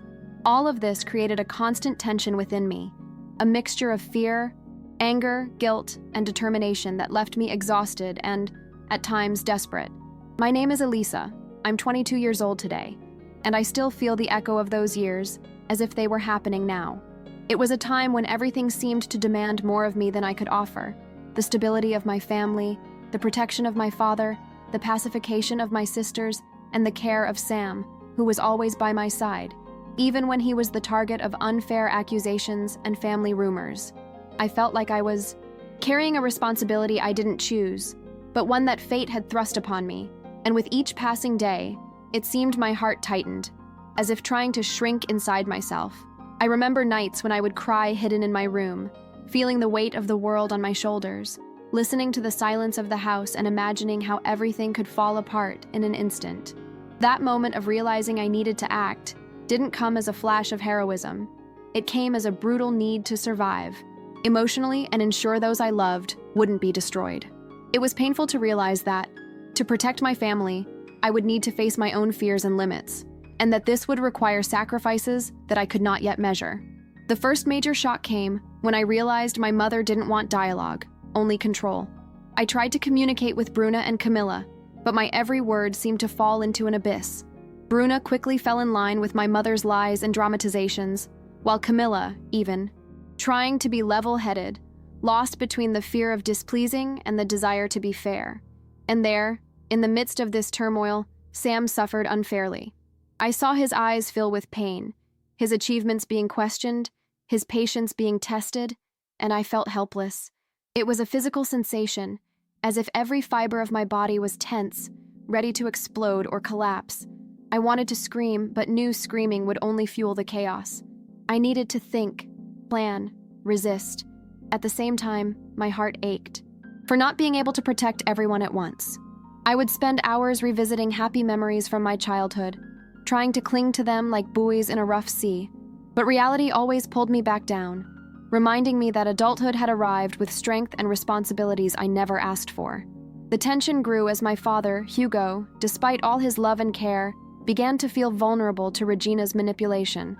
I could see in his gestures, in his stares into space and silent pauses, that he was trying to maintain his composure, but fear and guilt consumed him.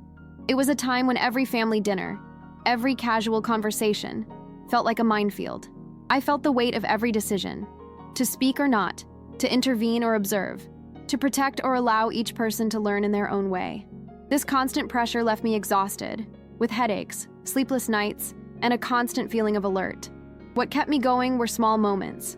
Matthias's smile, Sam's hug, the rare times Camilla would stand beside me. They were sparks of light in a scenario that often seemed dark and endless. But the turning point came unexpectedly. One day, after a fierce fight involving my mother, my sisters, and Sam, I felt such a deep emptiness that I thought giving up would be easier. I was about to give in, to let everyone make decisions for me, to allow fear to rule my life. It was at that moment that I looked at Matthias and realized something.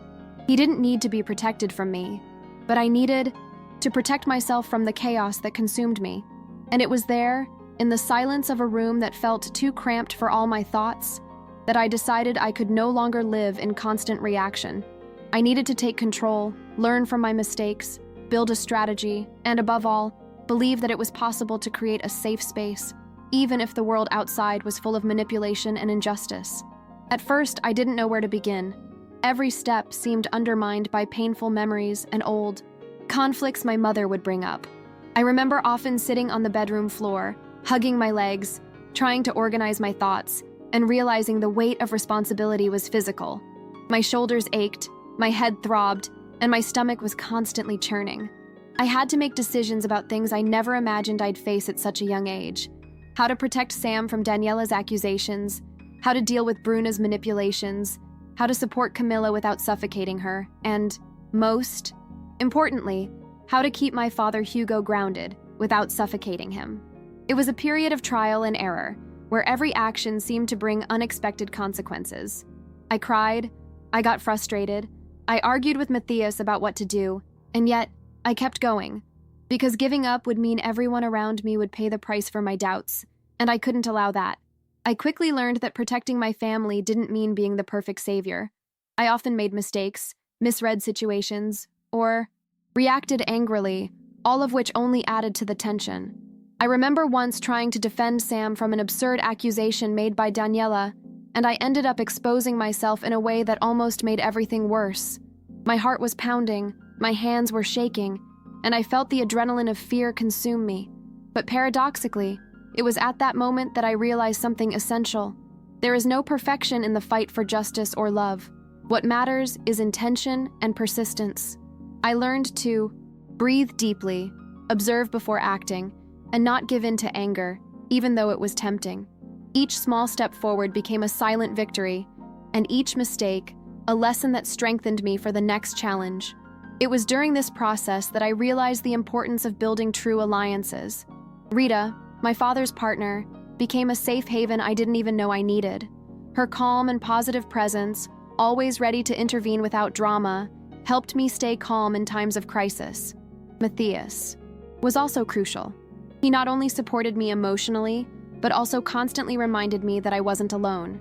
There were days when I felt on the verge of collapse, but his embrace, Sam's words of encouragement, and Camilla's confidence gave me the strength to carry on. I realized that even in turbulent seas, it's possible to find anchors that keep us grounded. The rebuilding process wasn't linear. There were days when I retreated, allowing Regina's manipulation to overwhelm me, and nights when I felt powerless to control anything. I remember entire sleepless nights, reliving arguments, tears streaming down my pillow, my body tense, my heart racing. The fear of losing my father, my sisters, or Sam consumed me. But there were also small moments that reminded me of the reason for it all. The smile of Sophia, the adopted baby who arrived to unite the family in a way I never imagined. She was living proof that there was still genuine love, hope, and the possibility of a new beginning. Caring for her taught me to channel my energy into something constructive, rather than simply reacting to the chaos. It was then that I began to understand the power of setting clear boundaries. I learned to say no to my mother without guilt, to protect my peace without feeling selfish, and to create a safe space for everyone around me. Every difficult conversation, every confrontation, was like building an invisible wall that protected us.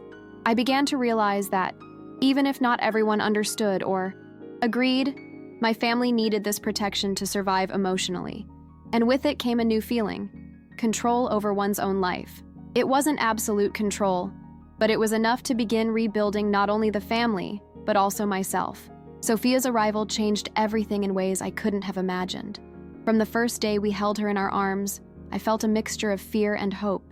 She was small, fragile, but she had a presence that seemed to fill the empty corners of our home. I realized that part of my struggle wasn't just protecting the adults around me, but also ensuring that this new life was loved without conditions, without drama, without fear.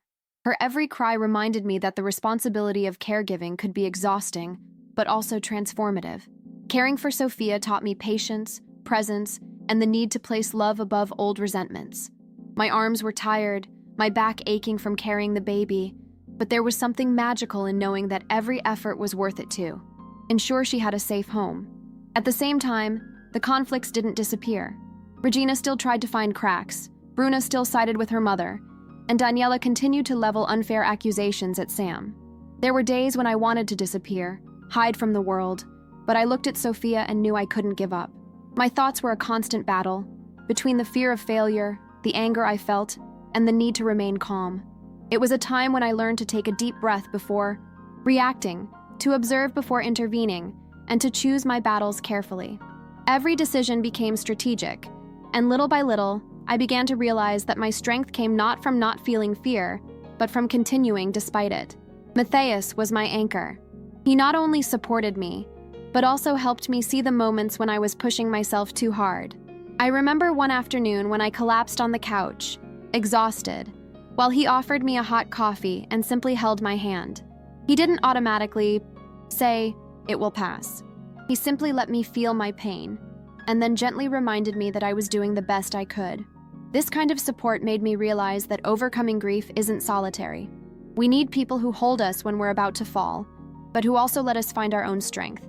It was in this balance that I began to rebuild my confidence and my ability to handle family conflicts without losing myself.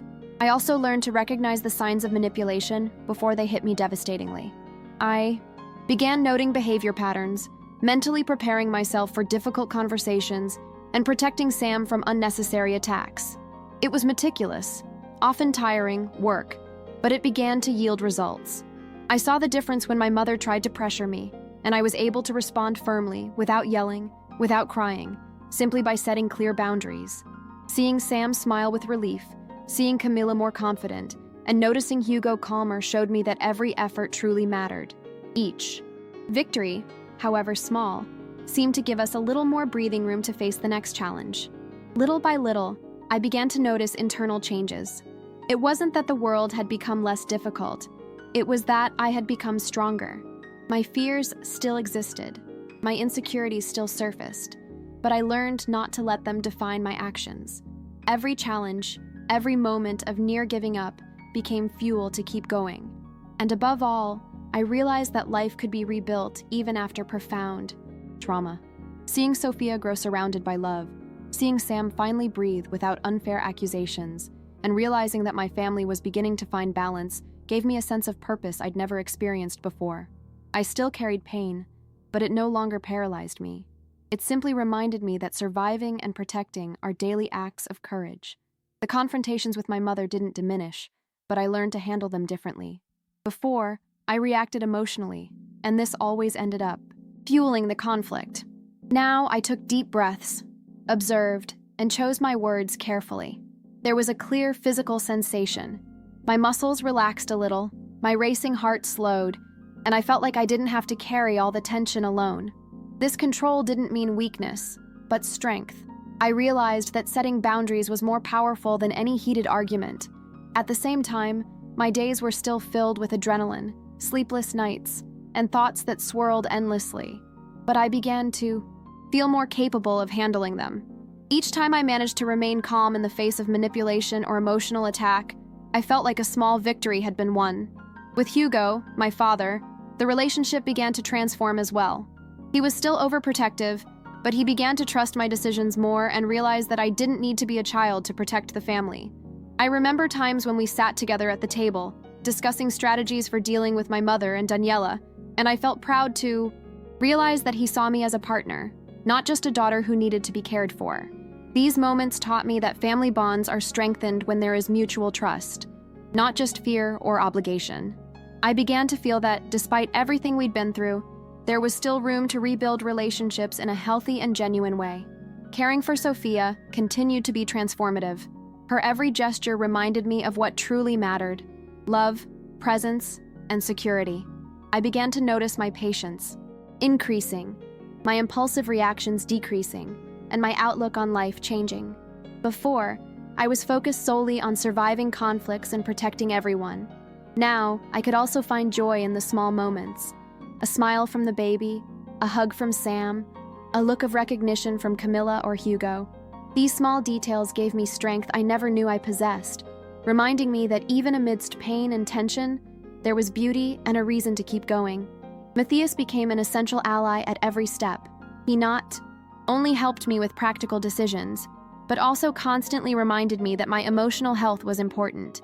I remember days when I felt exhausted, almost giving up, and he simply listened to me without judgment, letting me vent my frustrations and fears. It was in this safe space that I began to realize that facing challenges doesn't mean carrying everything alone. It means knowing when to ask for help and trusting those by your side.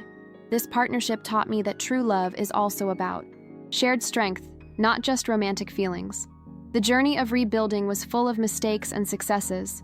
There were days when I doubted myself, moments when my mother's manipulation nearly shook me completely, and situations where my own insecurities made me hesitate. But little by little, each step strengthened me. I learned that overcoming grief isn't a single moment of victory, but an ongoing process of choices, boundaries, forgiveness, and persistence. Seeing my family reorganize, seeing Sam calmer, seeing Camilla and Bruna find small ways to find balance, and feeling Hugo confident again, all of this showed me that, even after years of pain and conflict, it was still possible to create a safe space, full of affection and hope. Looking back today, I realize how much I've grown and how much my life has changed since those days of constant chaos and fear. I still feel the scars. I still wake up some nights wondering how I could have done things differently, but the difference is that now I know the pain doesn't define me. It's part of me, but it doesn't paralyze me. We've managed to create an environment where Sophia grows up surrounded by genuine love, where Sam can be recognized for who he truly is, and where Hugo finds peace with Rita without feeling like he has to fight ghosts from the past alone.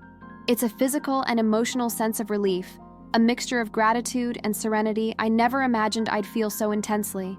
With my mother, there are still clear boundaries.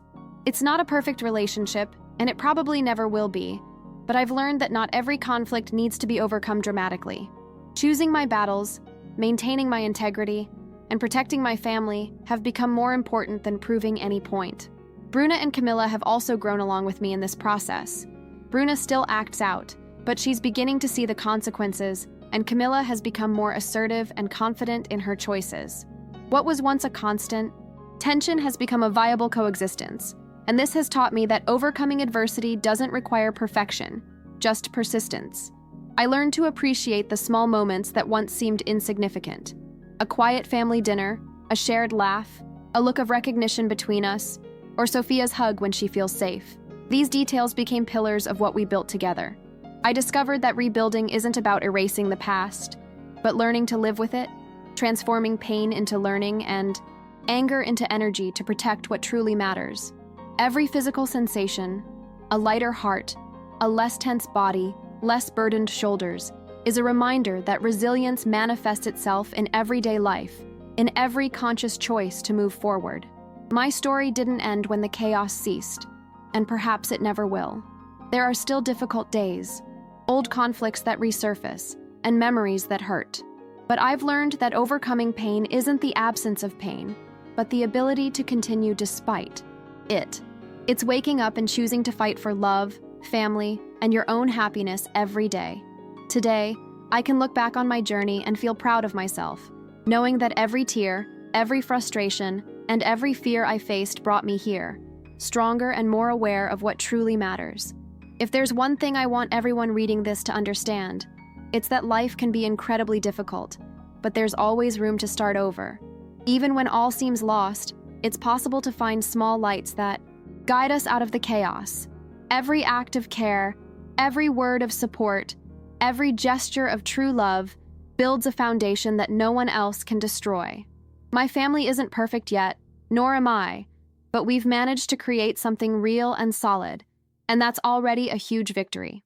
For anyone struggling, know this: there is a path, there is hope, and there is strength within you that you may not even realize yet. Just choose to believe, persist, and care for those who matter, starting with yourself.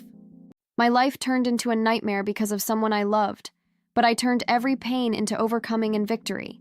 There are things we think only happen to others. I used to think so too. I thought my life was under control, that all I had to do was be honest, work ethically, and care for others to find peace. My name is Rosangela. I'm 34 years old, a doctor, and until recently, I was living one of the most peaceful periods of my life. I had a stable relationship with Caio, a supportive boyfriend, and my parents, Renato and Marlene, were my constant support. I had years of dedication, long shifts, studying, sacrifices, all to build a solid career and a stable life. I never imagined someone from my past would return to try to destroy everything I'd achieved. Rachel was my childhood friend. We grew up together, shared secrets, shared fears. She knew my family, my weaknesses, my insecurities. Her reconnection seemed harmless at first. Nostalgic messages, old memories, that how time flies conversation. I had no idea that behind that contact lay a dark intention. She slowly began to infiltrate me, gaining my trust again, until, without realizing it, I had opened doors she should never have walked through again. And by the time I realized what was happening, it was too late. The first sign was subtle, almost invisible. A nasty comment about me appeared on a review page for the hospital where I worked. At first, I ignored it. I thought it was some dissatisfied patient, the kind of thing that happens.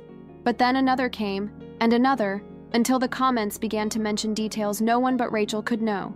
Personal things, childhood humiliations, intimate moments I'd never shared with colleagues. I felt like I was being stripped bare in front of everyone. The discomfort turned to fear when fake screenshots of conversations I had with patients began to circulate.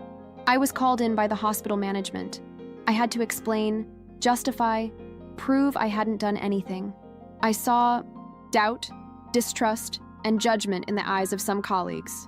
I left the room trembling, wanting to scream. I, who had always valued ethics, was now seen as a fraud. And the worst part was not understanding who was behind it, or pretending not to, because deep down, a part of me already suspected. Over time, the attacks grew bolder. Fake profiles were created in my name, fake messages sent to patients, anonymous emails sent to the board. Everything was carefully planned. Rachel used old information to lend credibility to her lies. She claimed to have proof, claimed to know the real Rosangela. And the more I tried to defend myself, the more she dragged me down. I stopped sleeping well. I had nightmares about my name plastered across headlines. I was afraid to open my phone and see another notification, another lie. Caio tried to calm me down, but I could see the weariness in his eyes. He loved me, but he also suffered seeing how much this was destroying me. My parents tried to protect me, but their fear cut me down. My mother began accompanying me to the hospital. My father installed cameras in the house. And still, I felt insecure. It wasn't just my reputation that was at stake. It was my sanity.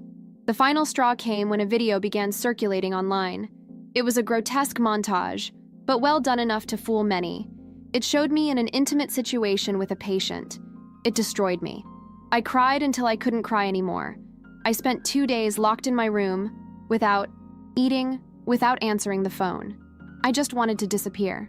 I felt dirty, humiliated, exposed. It was Caio who insisted I formally report it. I didn't want to. I was ashamed to expose myself further, afraid no one would believe me. But he didn't give up. He was the one who scheduled the appointment with the lawyer and who called Joseph, our tech-savvy friend.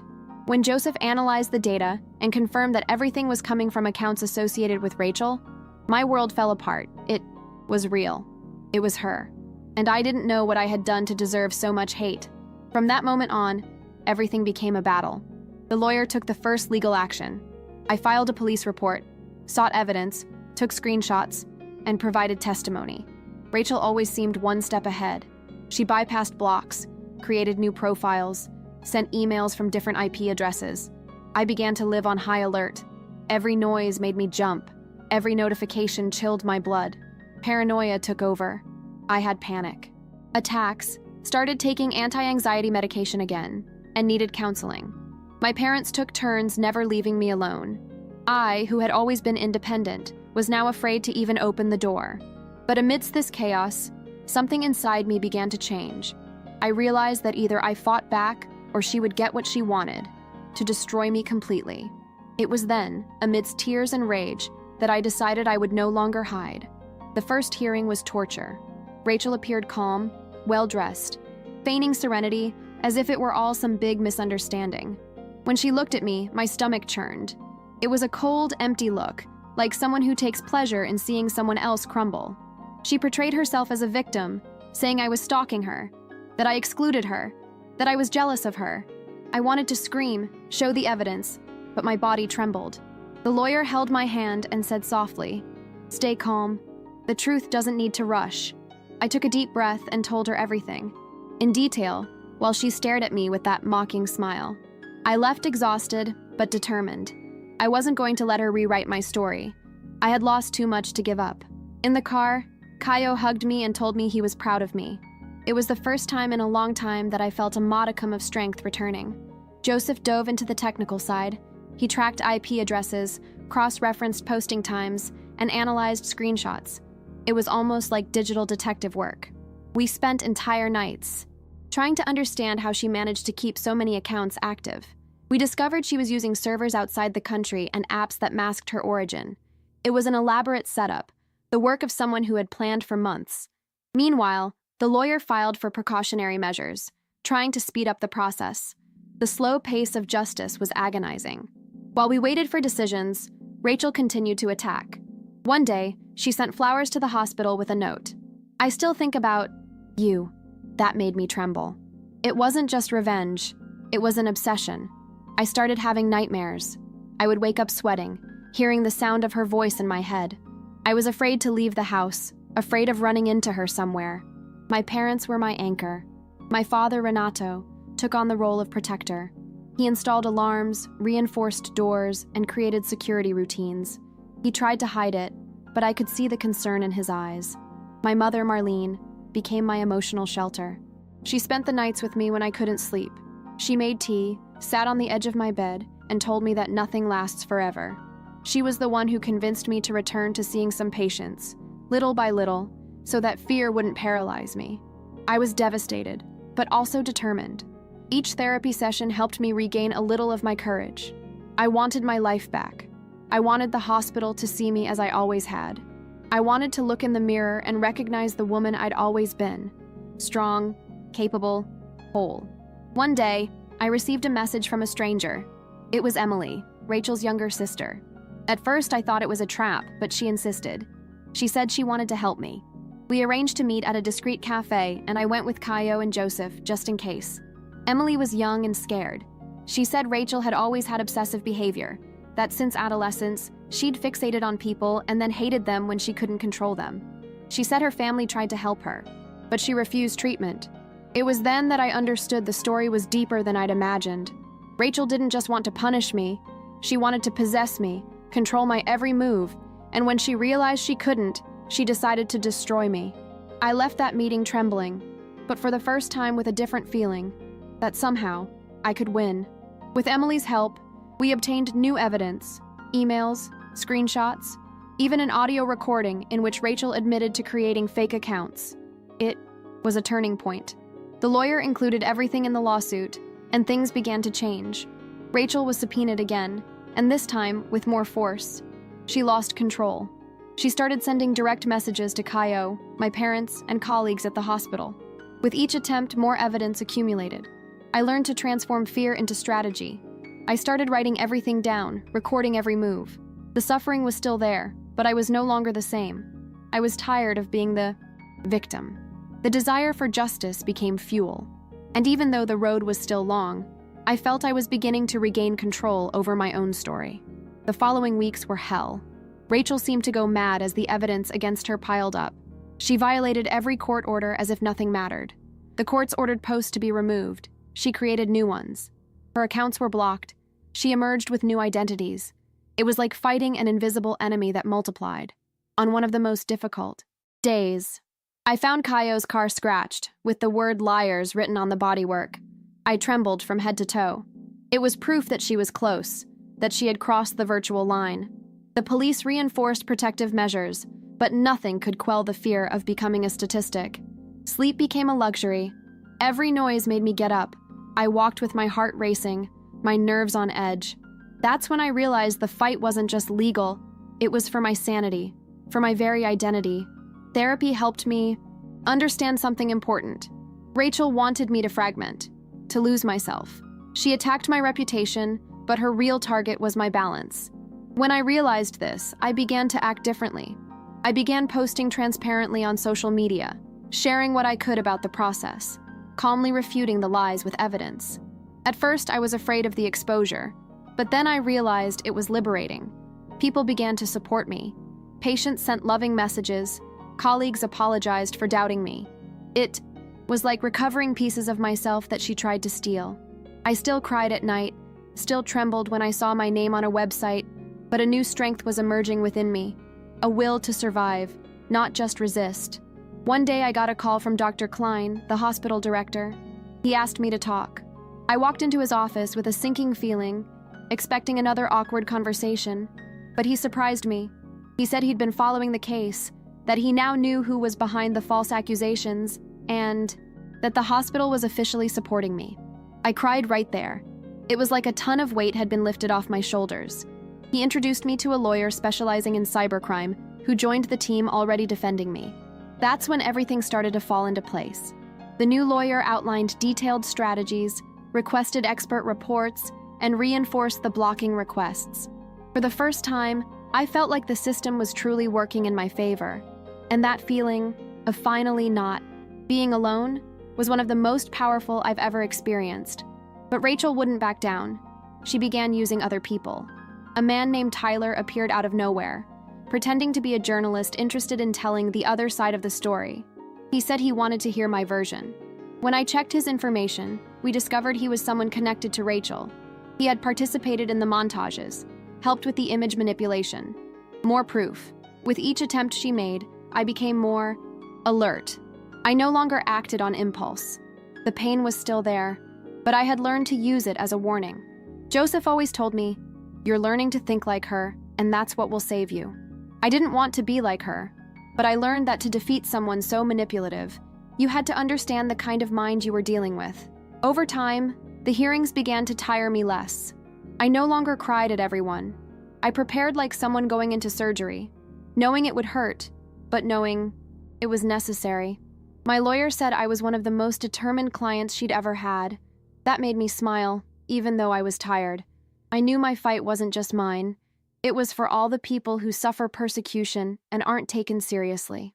One day the judge looked at Rachel and said, "Your behavior isn't love, it's destruction." That phrase echoed in my head.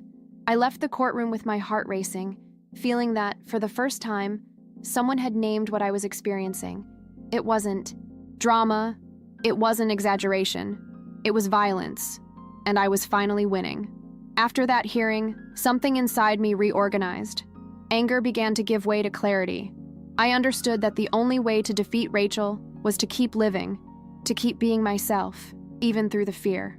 I returned to the hospital full-time. At first, it was difficult to face the curious looks, the whispers in the hallways. But over time, respect returned. My patients began to seek me out again, some even apologizing for believing the lies. I was breathing more calmly. The weight on my chest still came in waves, but I knew how to cope. The therapy, the conversations with Kayo, Joseph's support, all of it sustained me. My parents also began to relax. My father hugged me more. My mother smiled with less worry. It was as if little by little the chaos was dissolving. There were still hearings, there was still tension, but now I could sleep without fear of waking up to another attack. Rachel was losing public control. People began to notice her destructive pattern. Some profiles that supported her disappeared. Others began to expose contradictions. Emily, her sister, found the courage to testify. She spoke about the obsessive behavior, the outbursts, the isolation Rachel imposed on her own family. It dismantled the victim image she tried to maintain. It was painful to watch, but also necessary. I no longer felt anger. I felt pity. Pity for someone who had lost so much that she lived only to hurt others. Even so, I knew she was still dangerous. People like that don't accept defeat. So I remained vigilant. I kept all the evidence, updated records, and pursued the legal plan with discipline. I had learned that justice is patience, not impulse. At the hospital, a new project began to emerge. Dr. Klein invited me to coordinate a mental health awareness campaign for professionals. At first, I hesitated. I still felt fragile, a little broken, but I accepted, and it was liberating. Talking about suffering, about limits, about rebuilding healed me in a way no audience could. I told part of my story, without naming names, but with truth. Other colleagues opened up as well. I discovered that many people suffer in silence, afraid of appearing weak. It was then that I realized the power of transforming pain into purpose. And, for the first time in a long time, I felt useful again. Not just as a doctor, but as a human being who survived her own downfall. Kaio was my rock the whole time. We had crises, of course. There were times when I thought he would give up on me, and he was also afraid I wouldn't be able to get out of that hole. But we stayed. Together. When it all started, I depended on him emotionally to get out of bed. Now, he saw me reacting on my own, and that changed our relationship. We started laughing again, making plans, going out without looking around. He said he saw me stronger, more alive, and I felt the same. The pain transformed me, hardened me in some ways, but it also made me more aware of what I want and what I will never allow again. I learned to say no, to protect myself, to identify people masquerading as friends. I learned above all that the love that saves isn't the one that blinds, it's the one that awakens. When the final court ruling finally came down, I trembled. Rachel was convicted of defamation, stalking, and violation of privacy. The judge ordered her to step aside, pay damages, and undergo mandatory counseling. There was no party, no celebration. I just sat on the couch and cried silently. I cried for everything I'd lost, for everything I'd endured, for everything I'd had to become to get there. My parents were with me. Kaio held my hand. Joseph opened a bottle of wine, but no one toasted. It was a silent victory, the kind only those who have almost given up understand the weight of. I didn't feel vindicated. I felt free. And freedom, in that moment, was everything. Even after Rachel's conviction, I realized that life doesn't automatically return to the way it was before. The memory of the attacks still came in flashes. A mean comment, a suspicious email, a bad dream. But I learned to cope. Every feeling of fear or anxiety became a reminder of how much I survived. I understood that no matter how planned and cruel someone's evil, there's a limit to what you'll accept, and the power of protecting yourself lies in recognizing that limit. I began establishing healthy routines, regular rest times, meditation, and exercise. I still feel the weight of the experience, but it no longer paralyzes me. I allow myself to feel, but I don't allow myself to be destroyed again. My career has blossomed again. My patients are back. The team respects me again, and I've even started giving lectures on ethics, mental health, and digital security to healthcare professionals. I don't talk about Rachel directly, but I tell my story of overcoming obstacles, how I survived persecution and rebuilt my life. It's incredible to see how what seemed like mere pain turns into learning and inspiration for others. People write to me thanking me, telling me they felt the courage to face similar situations. It's a feeling that combines relief and responsibility, showing that there is light even after so much darkness. My relationship with Kaio has matured. We've gone through times when our relationship was tested, but we've emerged stronger. I've learned to value the presence of those who truly care, to see the difference between love and unhealthy attachment. My conversations with my parents and Joseph have become even more sincere and closer. Trust in each other is slowly being rebuilt, but it's possible. Emily remains in touch, and her help has given me hope that not everyone connected to toxic people has to be lost. It's a reminder that even amid obsession and manipulation, there are life-saving choices. Today, when I think of Rachel, I don't feel anger, just a mixture of pity and caution. The pain exists. The scars remain, but they don't define who I am. I've learned to identify signs of toxic people, to trust my intuition more, to not allow invasion of privacy or psychological abuse. I've learned that strength isn't the absence of fear, but moving forward despite it. That the right support, from friends, family, professionals, is essential. That justice, patience, and strategy work better than impulse and revenge. And that rebuilding your life after destruction is possible, even if it takes time. If you're going through something similar, know this. You're not alone, and you don't need to lose yourself. It's painful, yes, and some nights you'll wake up thinking you can't do it. But every small step, every record, every cry for help is a brick in the reconstruction of your life. Victory isn't crushing those who hurt you. It's freeing yourself, protecting yourself, and rising again. Today, I look in the mirror and see a woman who cried, suffered, almost gave up, but who got up and returned to living with dignity, courage, and self-love. And that's what I hope to convey with my story, that even amidst chaos, there is a path of light, strength, and resilience. My mom ignored me while I was fighting for my life, and you won't believe what happened. I never imagined I would feel so much fear inside my home, a fear that didn't come from strangers, but from those who should have been my safe haven. It was a cold September night about 4 years ago that everything changed. I was in my room, trying to study for final exams, when a sharp pain started in my abdomen. At first, I thought it was something I'd eaten, but the pain quickly became unbearable, a knot that tightened my chest and took my breath away. I tried to call my mother, Carolina, but she was in Helena's room, adjusting my older sister's medication, who had always had health problems that seemed to consume everyone's attention. I tried to scream, but my voice faltered. The pain throbbed as if each heartbeat increased the pressure inside me. I felt invisible. That night became the first time I realized that my mother's love had limits that didn't include my pain. When she finally came to my room with tired eyes and a burdened expression, it took minutes to understand that it wasn't a whim, not teenage drama. But deep down, I felt like she saw me too late. My name is Raphael. I was 16 at the time, and I'd always been the more independent or smarter child according to everyone. Helena, my older sister, was always the focus, the source of my mother's constant worry. And me? I felt like a shadow, invisible in my own home.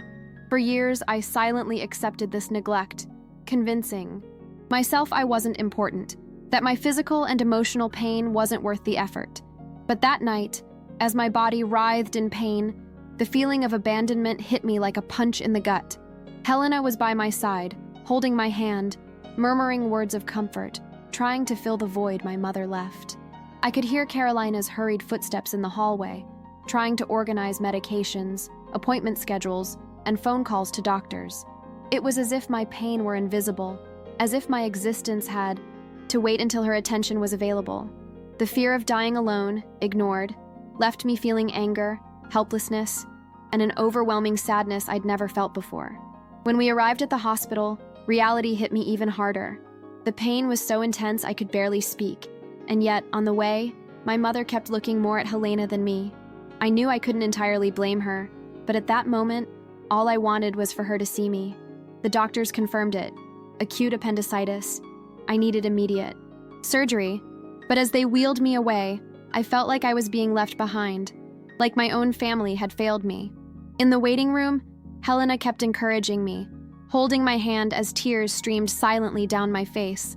It was then that I realized that perhaps, if I wanted to be seen and cared for, I would need to fight for myself, because waiting for my mother's attention to be enough was destroying me. The days after the surgery were difficult. The physical pain was intense, but the emotional pain was even greater. Carolina seemed relieved but still distant, and I could feel the guilt in her eyes, mixed with fear and confusion.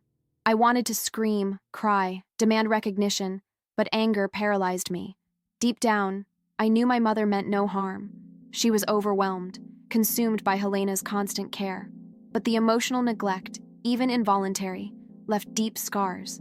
I came to realize that my pain would always compete with my sister's and that my voice, my needs, could easily be ignored, even by those who should protect me above all else. It was Helena who began speaking for me.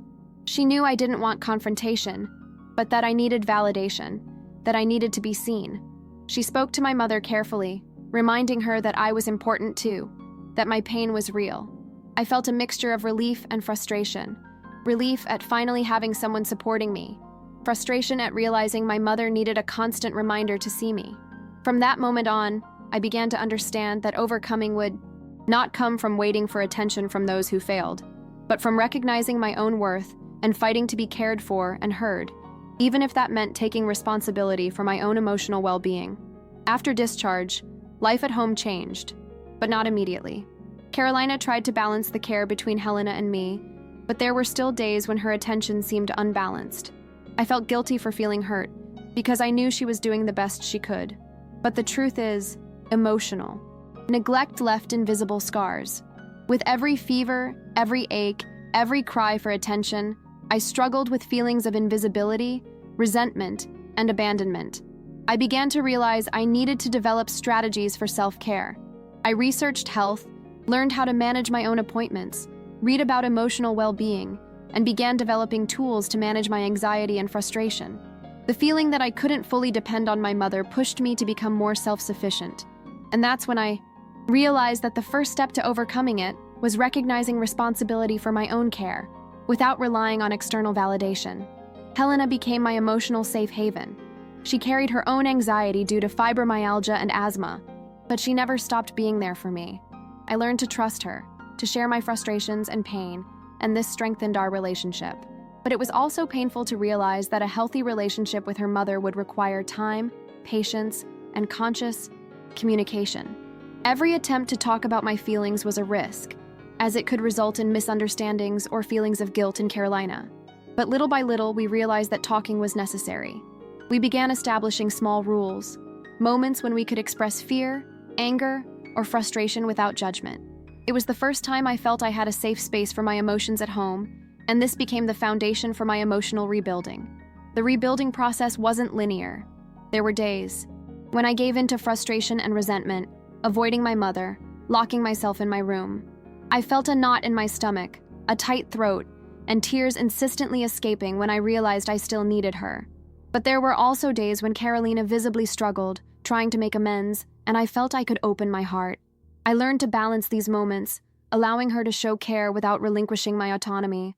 Over time, the guilt I felt for wanting attention diminished, replaced by understanding that my suffering didn't invalidate her efforts, but that my needs were legitimate and deserved to be recognized.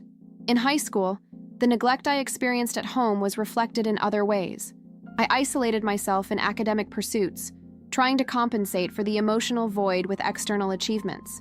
But this strategy was insufficient, and my emotional health began to take its toll. It was then that I sought therapy, which changed my life. Talking to someone impartial helped me recognize feelings of abandonment, anger, and insecurity, and allowed me to develop tools to communicate my needs without fear. With professional guidance, I learned to distinguish between blame and responsibility, and the importance of establishing clear boundaries, even within my own family. Learning to cope with emotional imbalance at home was like learning to walk in the dark. Each step required attention, courage, and patience. I learned to identify signs of emotional neglect, but also to appreciate small displays of care. I learned that my voice carried weight, and that I could claim space without being disrespectful or aggressive. The pain I felt that night with appendicitis still echoed, but it no longer defined me. I began to build my own narrative of someone who is not invisible, who deserves care, attention, and love. Despite all my efforts to strengthen myself, there were times when the past came flooding back. Sometimes, a severe stomach ache or a fever would make me feel the same fear I felt on the night of my appendicitis. My body would react before I could even think, my heart racing, my hands sweating, my breath shallow. I remembered the feeling of being ignored and the frustration of watching my mother struggle to share her attention. In those moments, Helena was my anchor. She held my hand, breathed with me, whispered words that reminded me that my pain was legitimate, that my body had a right to be cared for. I began to understand that this sisterly presence would be a constant in my life, something that couldn't replace my mother's care. But that gave me the strength to face my vulnerabilities without feeling alone. Over time, I realized I needed to consciously rebuild my relationship with Carolina. It wasn't enough to demand attention or expect her to notice my feelings. I needed to communicate. Confronting the mother I loved was painful because every word was laced with guilt.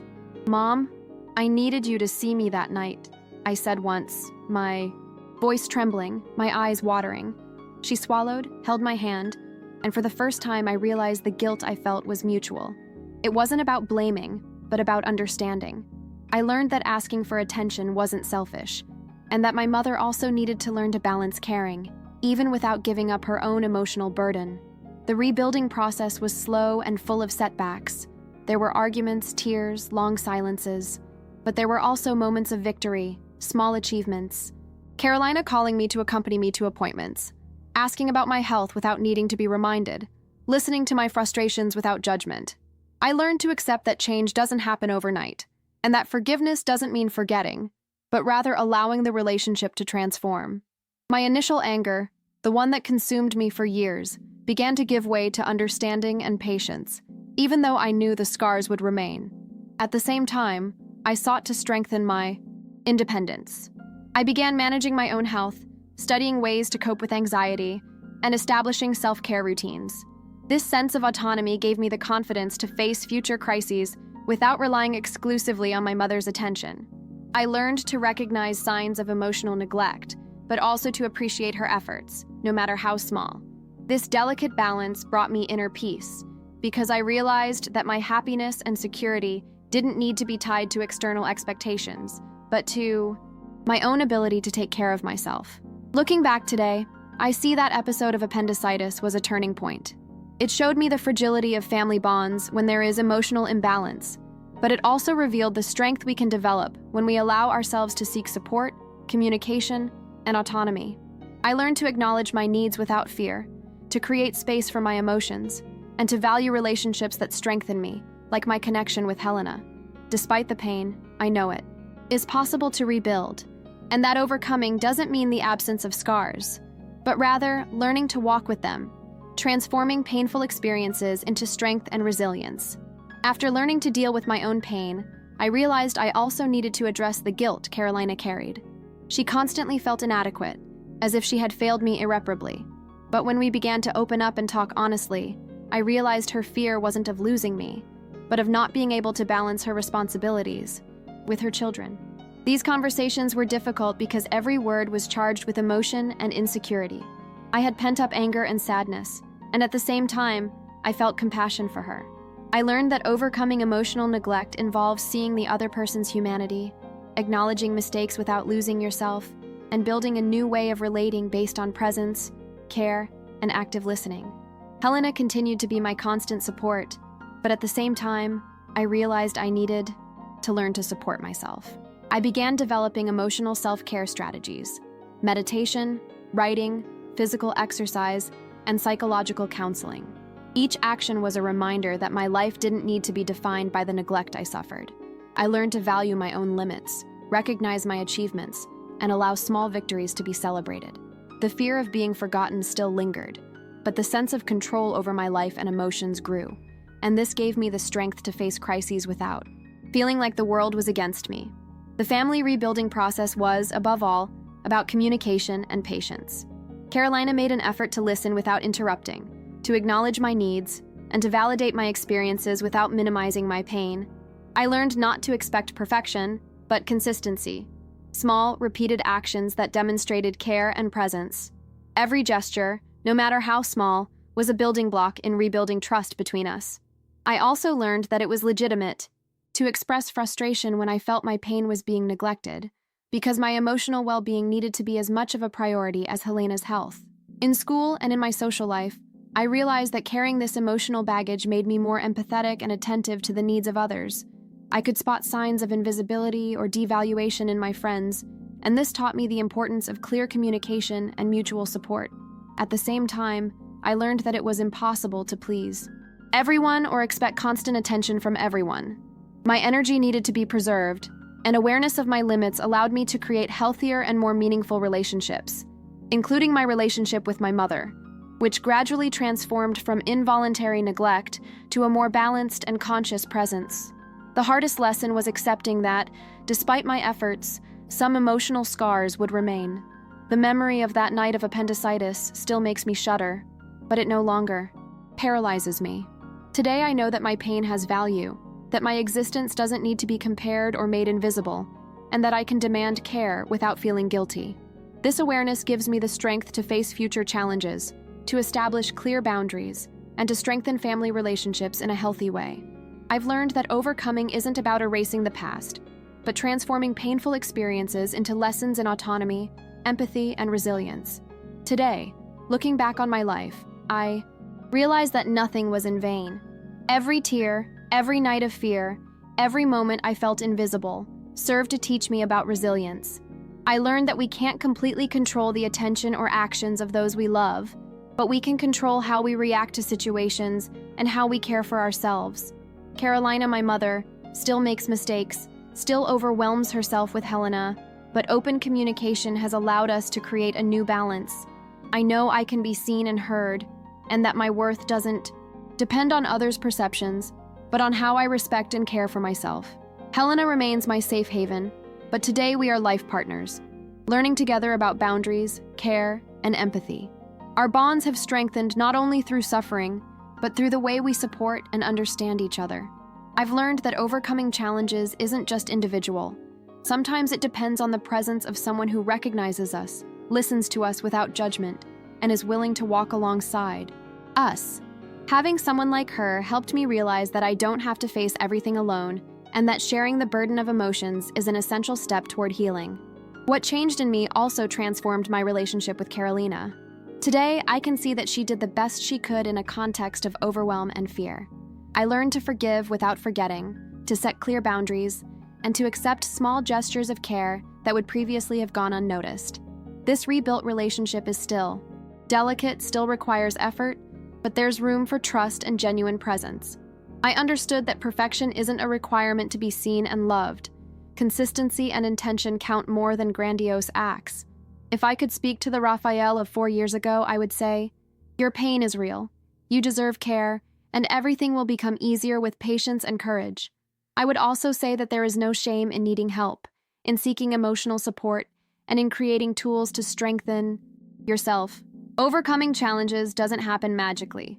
It is built with each conscious choice to not let resentment consume you, to not allow invisibility to define your life, and to actively seek connections that bring acceptance and strength.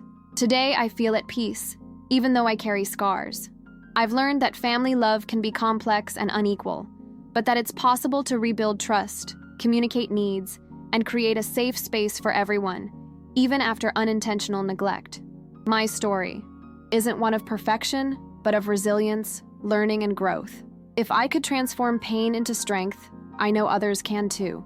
There is a path, and it starts with courage, communication, and the willingness to care for yourself, even when the world seems to forget you.